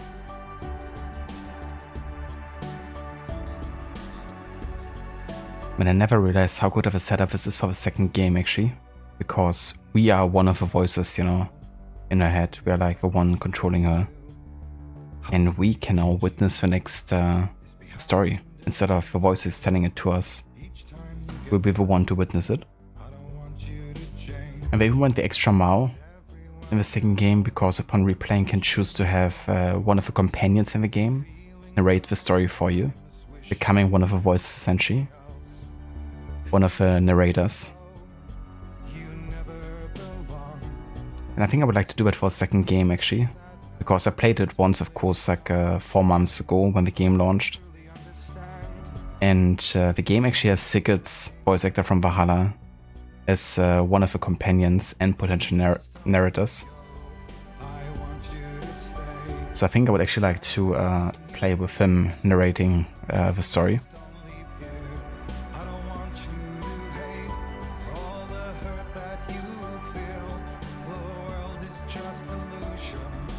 Ronnie, you don't think that sword wound with a blue sword would be survivable? Yeah, it's more of a metaphor thing kind of happening. It's like she's killing a part of herself, a part of her past, but also to signal that, you know, her, I guess, goal of the path that she was going has been fulfilled. She has rescued her lover's soul from hell. So that part of herself, you know, is kind of like finished.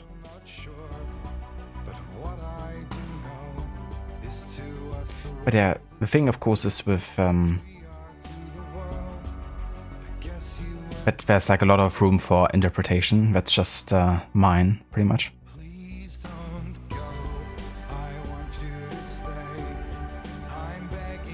That's fun, definitely is.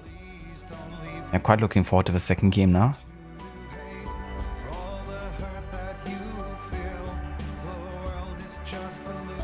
Yeah, I can tell you the graphical jump from this game, which already looks fantastic, to Unreal Engine, is it 5? Unreal Engine 5 with Hellblade 2? It's actually insane how good it looks. It's like one of the most realistic, best looking games I've ever played.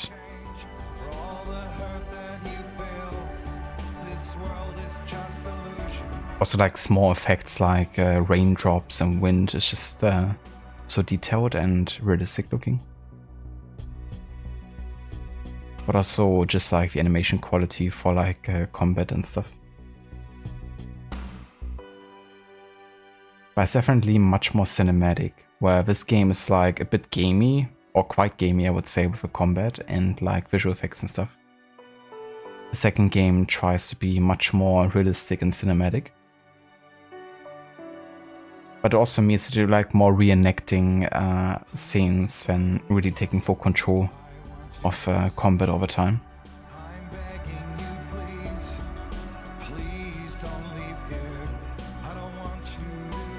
Ronnie, as a paramedic, you had very little experiences with metaphorical swords.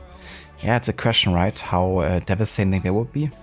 To be impaled by a sword that doesn't actually exist.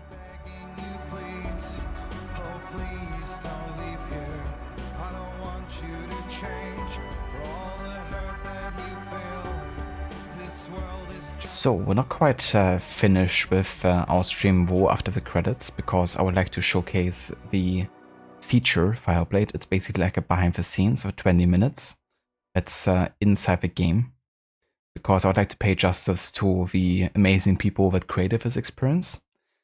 But it will also kind of like tell us a bit about how they try to emulate, I guess, the effects of psychosis by inviting people suffering from it and them getting like their feedback into how they should maybe represent it.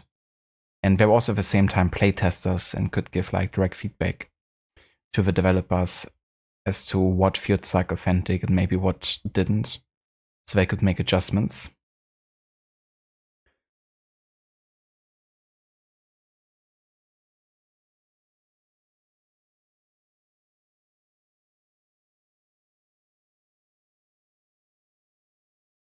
But real swords were commonplace, right? Lots of knives were like swords, but lit, yeah. Exactly.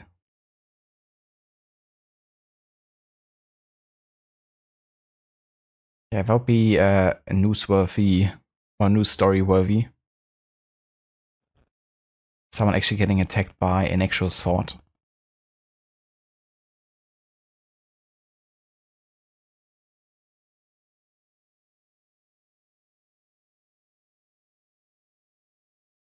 But yeah, what a great game. Still one of my absolute favorites of all time, I have to say. It's not like it, excels, like, or I would say it's like one of the best combat systems or like, the most innovative, like puzzles or whatever, but it's still like it all fits so well together, I think. It really feels like fulfilled in a way. Sometimes you have like games that do like certain mechanics really well and excel in it, but when it comes to like the whole like product and the whole like, artistic vision, there might be some things to be desired or some things that might maybe feel like it's lacking. But this game feels very much complete to me, I have to say.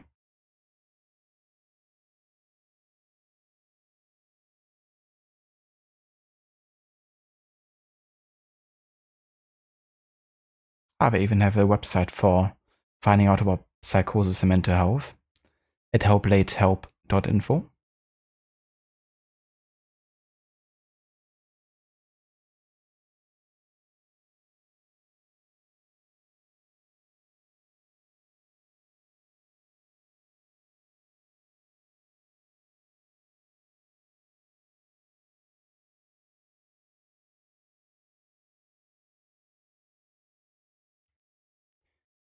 Okay. I wonder if the credits stop by themselves or if I have to press a button.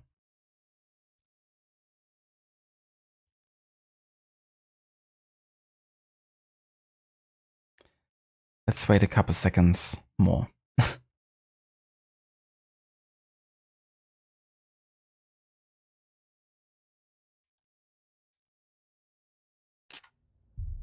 Ah yeah, there we go. And as you can see, we have now completed all 13 chapters and collected all of the lore stones in the game. And I also wonder... Ah yeah, achievements. Yeah, got all of them now. Oh yeah.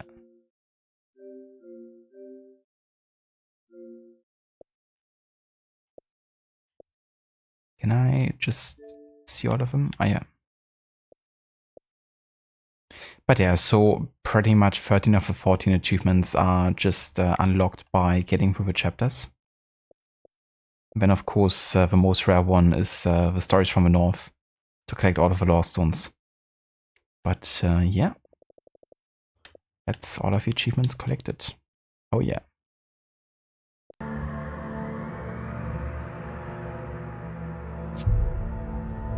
But yeah, there's one more thing I wanna showcase, and that is the Hellblade feature, which is, as I said, a behind the scenes look of about 20 minutes for the game.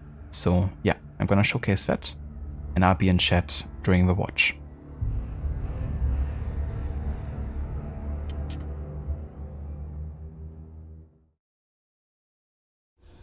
Stormy seas and lost souls. Who is it? She's dreamt of this before. It's coming. What is it? Is it? dreams are visions of our memories, thoughts, and fears, as seen by our inner eye.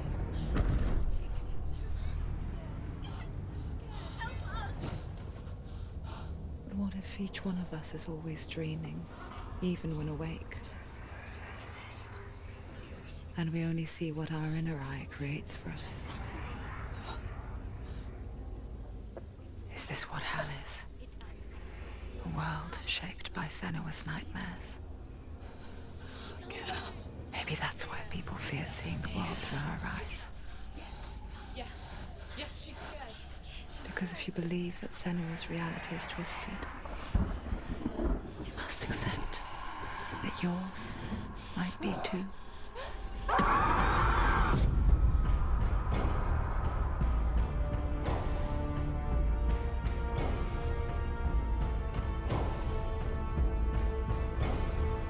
Hellblade: Senua's Sacrifice is a video game about Senua, a Celtic warrior on a vision quest into Viking territory.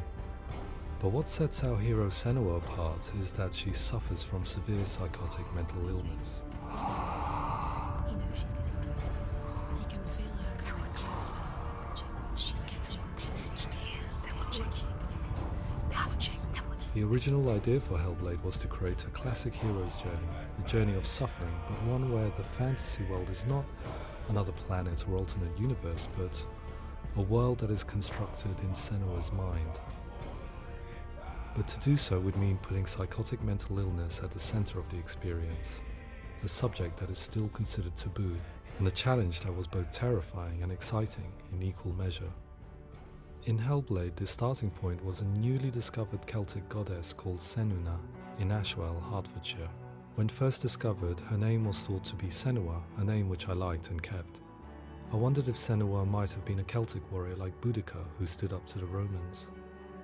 While the Romans had conquered all of Europe, there was a group of Celts up in the furthest reaches of the Roman Empire that could not be conquered, the Picts.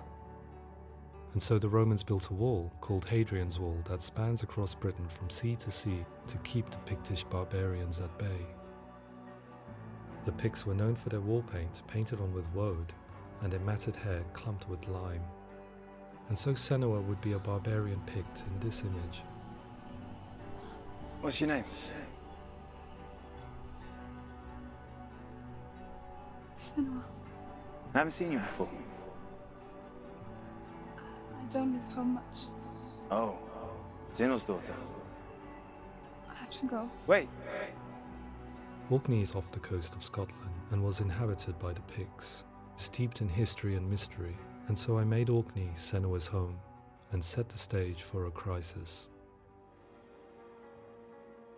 In the late 8th century, the first Vikings landed on the Orkney Islands. The population of the Picts crashed thereafter, replaced by the Norsemen of the 9th century. Were they wiped out? We don't know for sure, but it would seem likely given the reputation of the Vikings. The Northmen's brutality is legendary. High-ranking leaders and chieftains of the tribes they conquered were often offered as sacrifice to their gods. The most brutal of these sacrifices was known as the Blood Eagle. I imagine Senua as a young female warrior who returns home from exile to find her partner, Dillion, brutally sacrificed to a Norse god by these hellish warriors from a faraway land. I imagine the horror of this moment and how it would have dragged her deep into mental torment.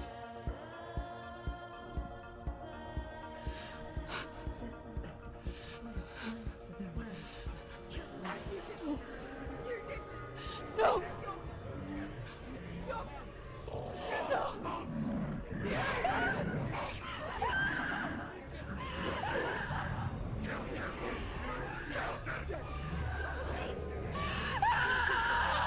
I came to learn that the Celts had a sophisticated and nuanced perspective on the nature of mental disorder. One term they used was Gelt. A Gelt is a man or woman who has been driven mad by a curse, battle trauma, or grief. The Gelt would take to a life in the woods in search of penance, punishment, and purgation. And so Senua became a Gelt, cursed by darkness, looking for redemption in the wilds. Another word the Celts used in reference to mental disorders was Druth, meaning fool, or Liar. one who utters the words of God. They tell of the mad sinner who flees battle into exile and takes on a beastly nature, growing feathers on his body.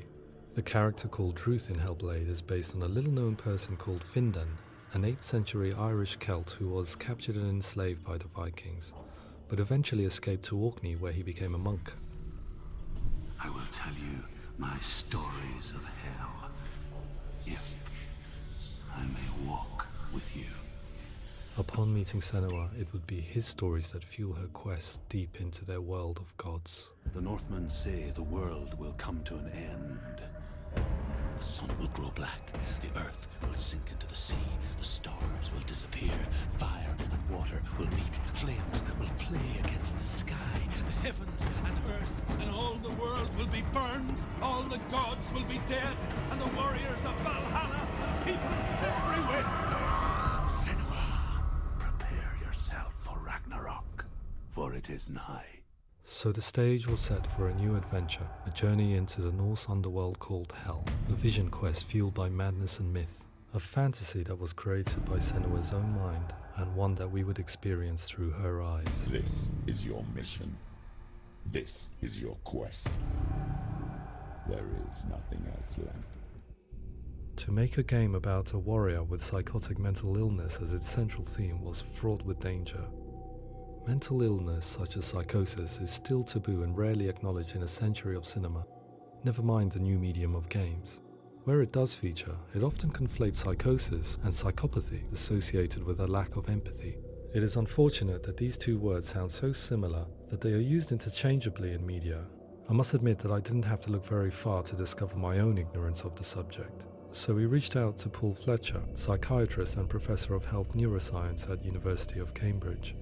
Psychosis is a descriptive term, and it refers to having a loss of contact with objective reality. So it's characterized by two main sets of symptoms. One of them is hallucinations, where somebody experiences perceptions when there is no actual objective thing out there to perceive. You're already dead.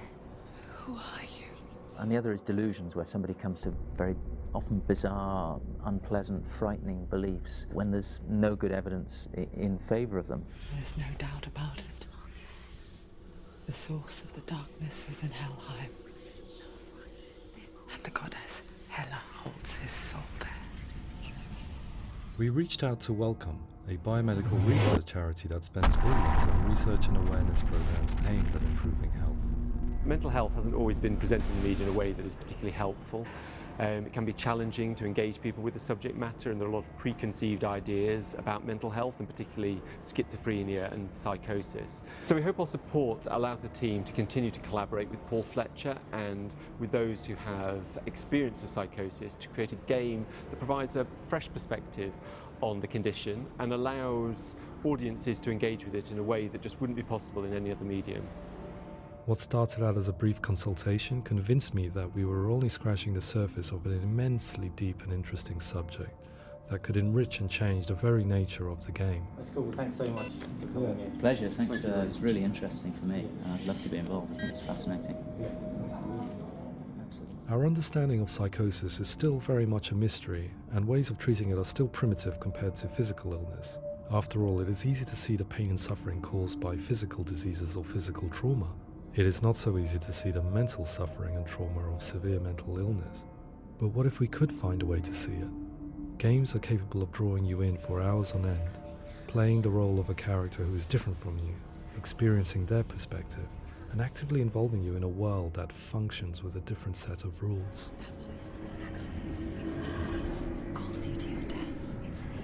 If we were to represent Senua's psychosis, we would have to simulate voice hearing, a common attribute. But how can we simulate something we have no first-hand experience of? Professor Charles Fernyhough, a leading expert in voice hearing from Durham University, offered his help. Hearing voices is an experience that is usually associated with severe mental illness, and crucially we know that hearing voices is a part of ordinary life for many people who don't meet the criteria for mental illness. Yeah. Oh, that's not him in real life. We know voices vary according to where they appear in space. Voices can appear far away in the distance, they can appear right there in your ear, they can seem to be coming from inside your head. Based on the information Professor Fernie Ho provided, I put together a sound brief and invited some actors to the studio, which records the 3D spatial position of sound, replicating the way sound is heard by human ears. It gives you an incredible sense that the person you are listening to is right there beside you. Can't see how she's going.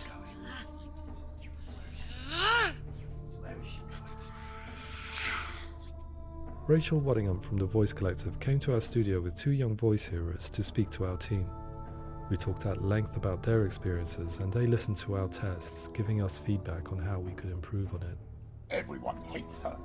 She's cursed. It's very hard to represent what this experience is like, partly because it's such a personal, intense, emotional experience. It's testament to how Ninja Theory have been listening to what the researchers are saying, but also crucially listening to the experts by experience. What they've come up with is so compelling. It's by far the best representation I've heard of what these experiences are like.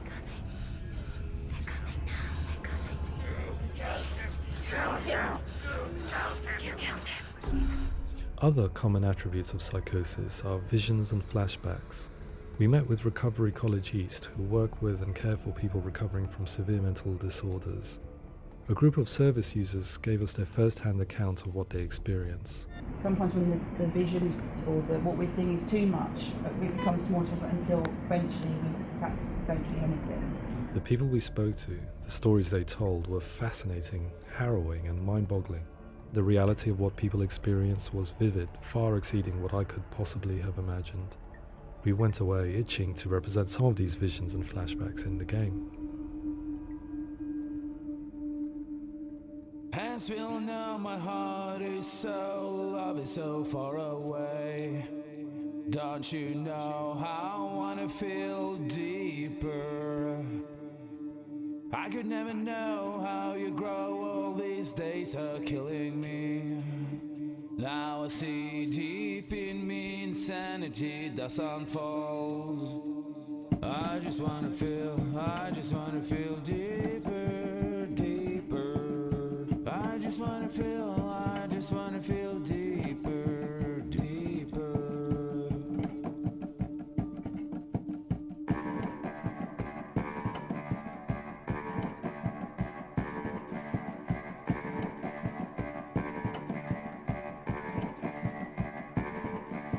Hands will know my heart is so, love is so far away. Don't you know how I wanna feel deeper? I could never know how you grow, all these days are killing me. Feel like this, read like this, I just wanna live, that's all. I just wanna feel deeper, deeper. I just wanna feel deeper, deeper.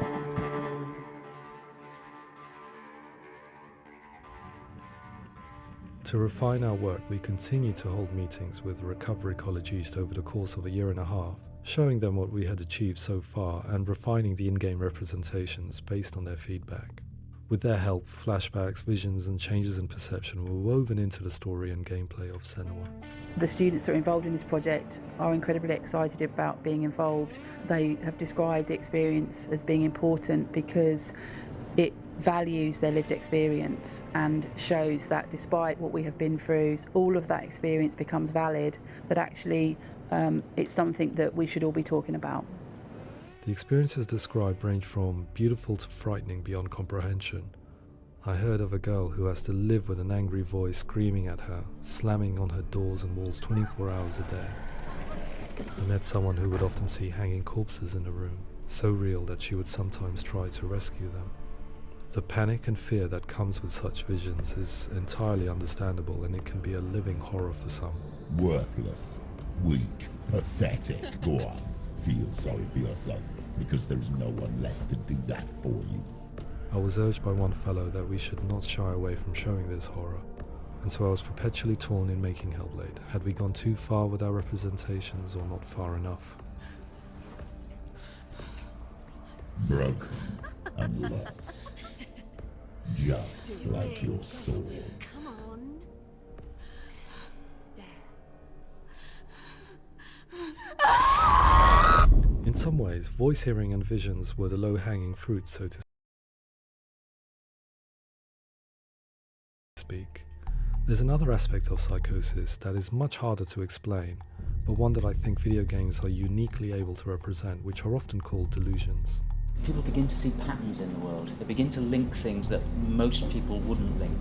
Most of the things that we might think would be coincidence or, not worth commenting on. Nevertheless, that might have a particular salience or importance for them. One individual described how everyday words, sounds, colours and objects were steeped in meaning to him, forming a strange and sinister puzzle that he was determined to solve but could not quite get to the bottom of. It's not just brain dysfunction. It's not like the system shut down. It's actually an incredibly creative process. The person creates a world populated with voices and phantasms and terrors, and they're completely immersed in it. They believe in it. We often invite people into the studio to play the game. In one of our playtests, they played through much of the game, making associations between runes, secret messages, and the threat of darkness that stalked them. There are many things that happen in the world of Hellblade that make perfect sense within the context of Senua's mind. The dark rot that's killing her slowly from within, the secret runes of the gods that block her path to Helheim, and strange associations that exist in the game to confuse you. To complete Senua's quest, you have to internalize and accept the logic and meaning behind these things to progress. Afterwards, they said that they didn't see much evidence of mental illness in the game. People with delusions of all sorts would argue the same thing, that they are not aware of their experience being abnormal in any way. I need this sword. It's important. Representing perception changes and thinking patterns within Hellblade gives us a set of symptoms common in psychosis. But people with lived experience were keen to emphasize another point, that it is wrong to define a person by their symptoms. Quite often, the illness comes not from the symptoms, but from the stigma, isolation and mistreatment that comes about from the rest of society. They say that I'm cursed. What if they're right? I needed someone to portray Senua, someone who could believably internalize her suffering.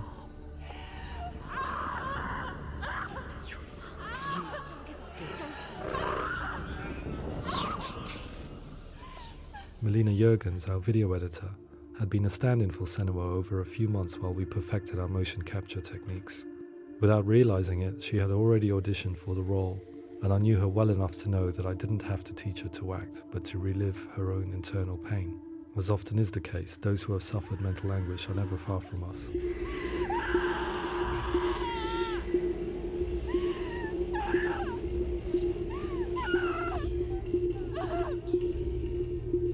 My hope is that by creating a compelling and aspirational character in Senua who feels very much real, albeit in a fantasy setting, we can provide a lens into her reality, a different one to yours, and this is where storytelling comes into play. I imagined her life based on common threads in real people's lives. She was always prone to psychosis as a child. Her mother Galina also heard voices and had visions, so perhaps there was a genetic aspect. Or perhaps it was cultural, as she lived within a world without science, of gods and superstition, as exemplified by her druid father Zimbal. Psychosis developed in her late teens to early 20s and was exacerbated by stigma and isolation at the hands of the clansmen and her father. This darkness. It's spreading. The trauma of seeing her lover Dillian sacrificed tips her over the edge, making her remodel her reality around a concept that connects everything: the darkness. So the question, is what Senua experiences real? Can only be answered by saying, yes, it is real. It is her reality. All of her suffering will have been for nothing. It's just a matter of time. Towards the end of the project, service users and professionals that had collaborated with us were invited to see the near-final game. It was a chance to see if the game had reflected their views or if it had misrepresented them. For me, being involved in especially developing Senua's character has been really important, and being able to bring in my perspective and what I see and what I hear, and having that built into the game has been a real privilege. It's gritty and it's meaty, and there are some tough subjects in there that are being tackled with honesty.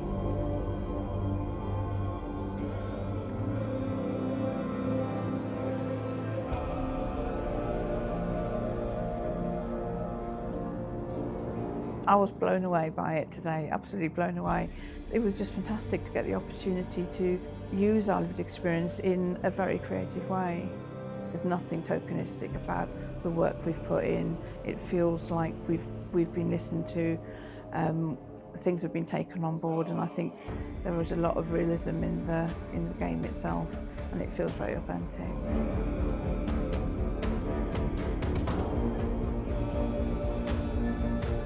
Hellblade will give people a good experience of what it's like to hear voices and have those experiences.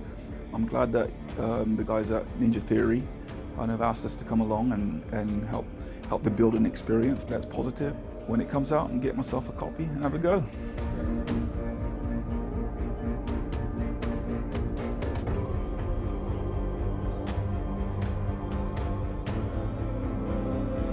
I think all the way through I was really inspired by how the conversations have translated into the game in a way that I think I didn't imagine was possible. So wonderful, really wonderful.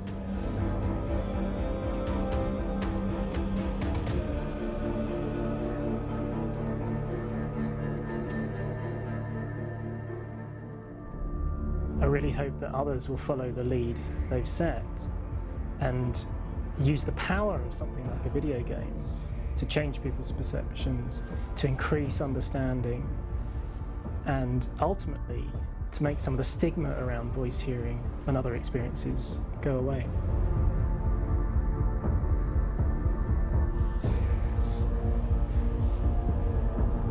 For me, it was really exciting to see something that I explore scientifically being represented so beautifully in a character who's trying to penetrate the mysteries of the environment in which they've been placed, with all of this strange uncertainty and noise and conflicting information that they're getting.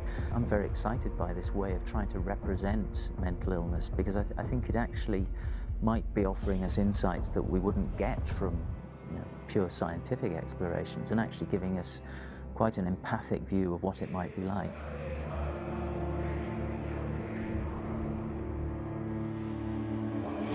Mental illness has been with us for as long as we have been on this planet, but why? Why hasn't evolution stamped out this weakness from within our gene pool? I often pondered this question until I realized that the question had an inbuilt flaw. It assumes that being and thinking differently is a weakness. The only reason we have computers, spacecraft, medicine, poetry, art, and yes, even video games is because individuals are able to simulate new abstract realities in their minds and share them with the rest of us. We need people to be willing to see differently in order for us to progress and survive as society. And we need to be open to these new ways of seeing. And it is this spirit that motivated me to create Senua's story and share it with you.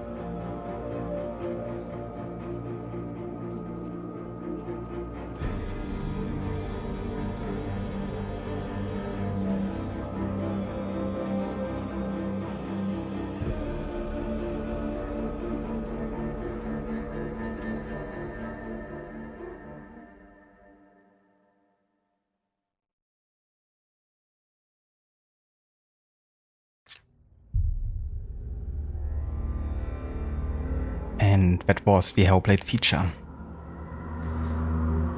I think he made a really great point there at the end, to assume that, someone thinking different or acting differently is a weakness is perhaps a flaw in thinking like that, because people thinking differently are the ones pushing society forward and bringing us new ideas and new perspectives.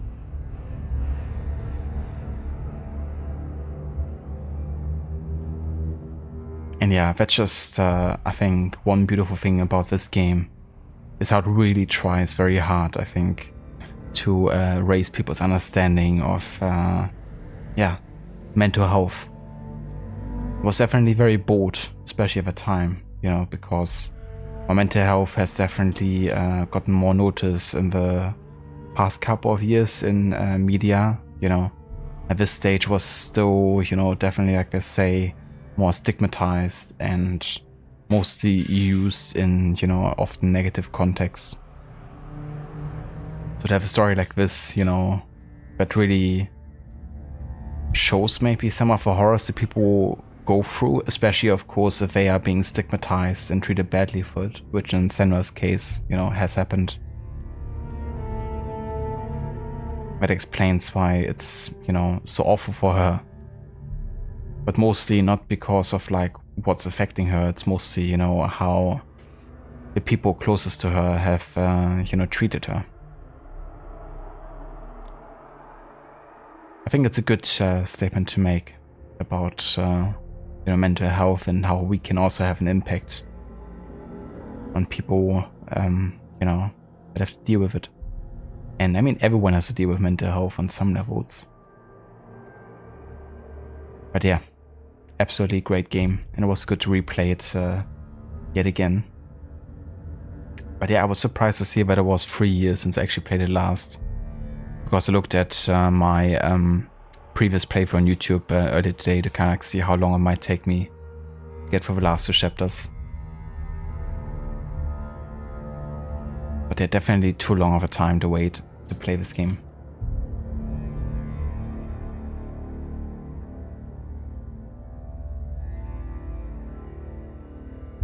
But yeah, that also means we have now finished Hellblade: Senua's Sacrifice as part of our Historic Order run. And the next game is going to be the sequel for this game, Senua's Saga Hellblade 2. And yeah, that one is supposed to take place about maybe 15 years roughly after Hellblade 1, according to developer interviews. They don't really name like very specific years. It's more like a rough like time frame, but it's definitely supposed to be like early 9th century. And the first game like late 8th century. Alright, mental health, woohoo, exactly. Yeah, it's definitely great that they've decided to go the extra mile, you know, and also get direct feedback from people that experience this firsthand.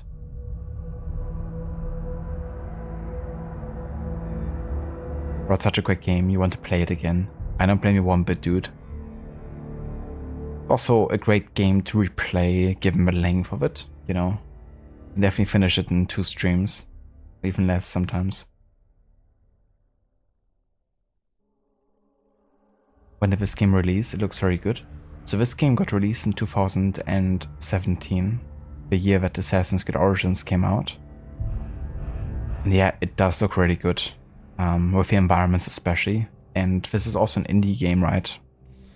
Developed by Ninja Theory, a British studio that was known for DMC Devil May Cry prior to this. The remake. Or reboot, I guess. But they're a very small studio. They actually used Unreal Engine 3 to create the game. And it really, you know, shows what the engine was capable of back then.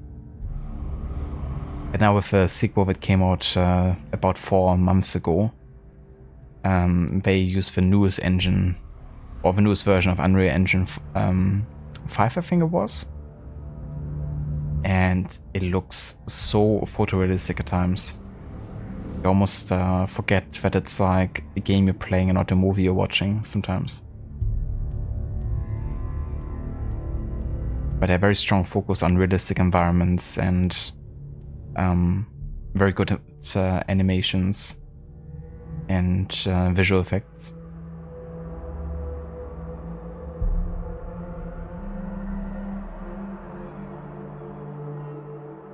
But yeah, if you haven't played this game yet, I can definitely recommend it. But definitely a warning though, because it might not be for everyone with, you know, how immersive the psychosis is in this game.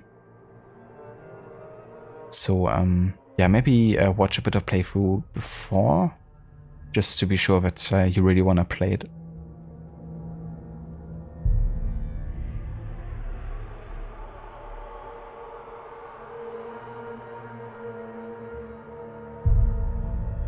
But yeah, I can highly recommend it. When I played it in 2018 for the first time, it was my game of the year actually.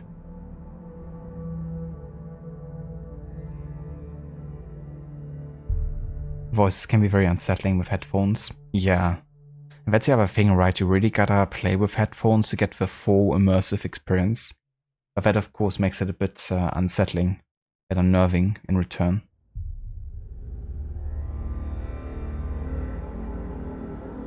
You mean you've seen some of my playthrough of it, and it looks really fun? That's fair. I wasn't sure how much you've actually seen of it. But yeah, if it looks interesting to you, I can definitely recommend it. It's also pretty cheap when you can find it on sale. And yeah, pretty short experience. You can finish it in under 10 hours for sure. I would say between 6 to 8 on average.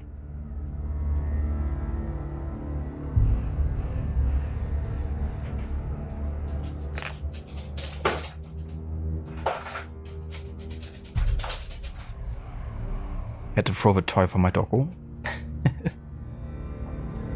Just like laying it next to my foot. I've been kind of like playing with her for the whole feature. I was like, I muted anyways. I might as well throw the toy.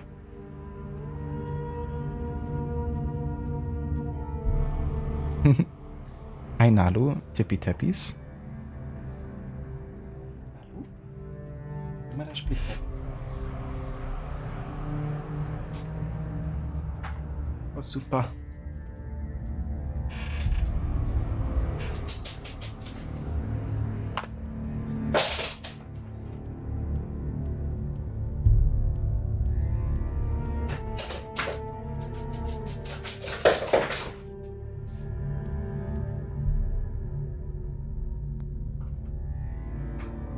Oh, you mean the historical one? That reminds me that I actually forgot to set it up for the game. Sorry, Rod. Still haven't changed that. But yeah, that's a command for historical. And that also means I can now check off Hellblade from the list as well.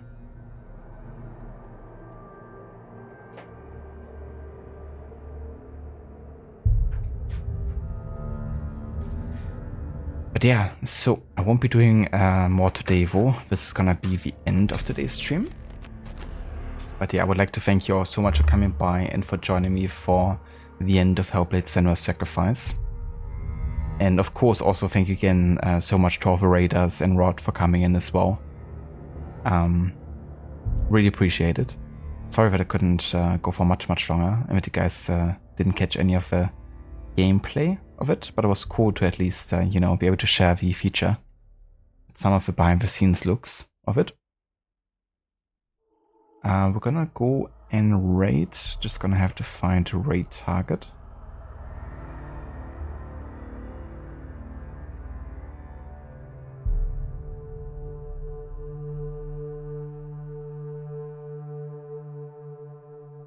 No worries, Rod. Thank you so much for being here. And I hope you have a good night and rest later.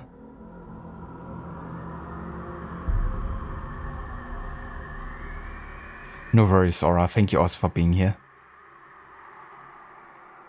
Catch you next time. Other mini-quake games. Excited to, for when I get to Ghost of Tsushima. Will I do something special for it? I do plan to, yeah.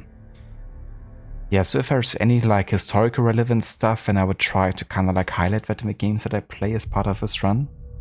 Because it's really supposed to be a focus, so I guess I would try to collect many of the kind of like extra bits of information in Ghost of Tsushima if I can. And challenge-wise, I've been kind of like thinking initially of doing a no-HUD run. But given that the game already has a no-HUD kind of like approach to a lot of the gameplay, you know, it's definitely a HUD-less game. I was thinking maybe going with LeFo difficulty, because I've never actually played on the hardest difficulty for Ghosts. But also, you know, maybe emphasize stealth a bit more, because combat would be more punishing. But also more realistic at the same time, because enemies also die quicker, I guess. So currently I'm definitely leaning towards doing like a LeFo run or Ghost. With a high focus on exposing, of course, like the history behind it. Where it might be accurate and where it might be not so much.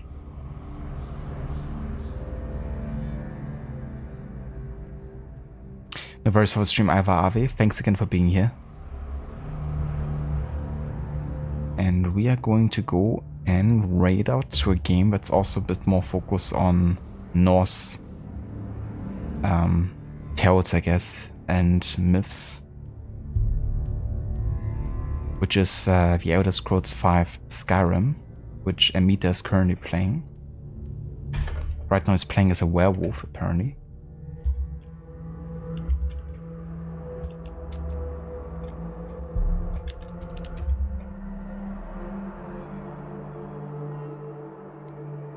Ave sounds like it would be nice. You can mention how Kublai Khan ate himself to death. Will you play the game in English or Japanese? You've done English for both your playthroughs, so you think you try Japanese out next time. You've heard that is very good. I've also heard good things about the Japanese dub, actually. I think I'm gonna stick with English, because I really like to understand what the people are saying in the games that I play, because I don't always want to have to rely on like watching the subtitles, especially, you know, when I'm like inside of an action or something. So I'm gonna stick with English for my playthroughs as part of these runs. But yeah, who knows, in the future I wouldn't mind playing Japanese. Or in general, like playing games in their like native language, I guess.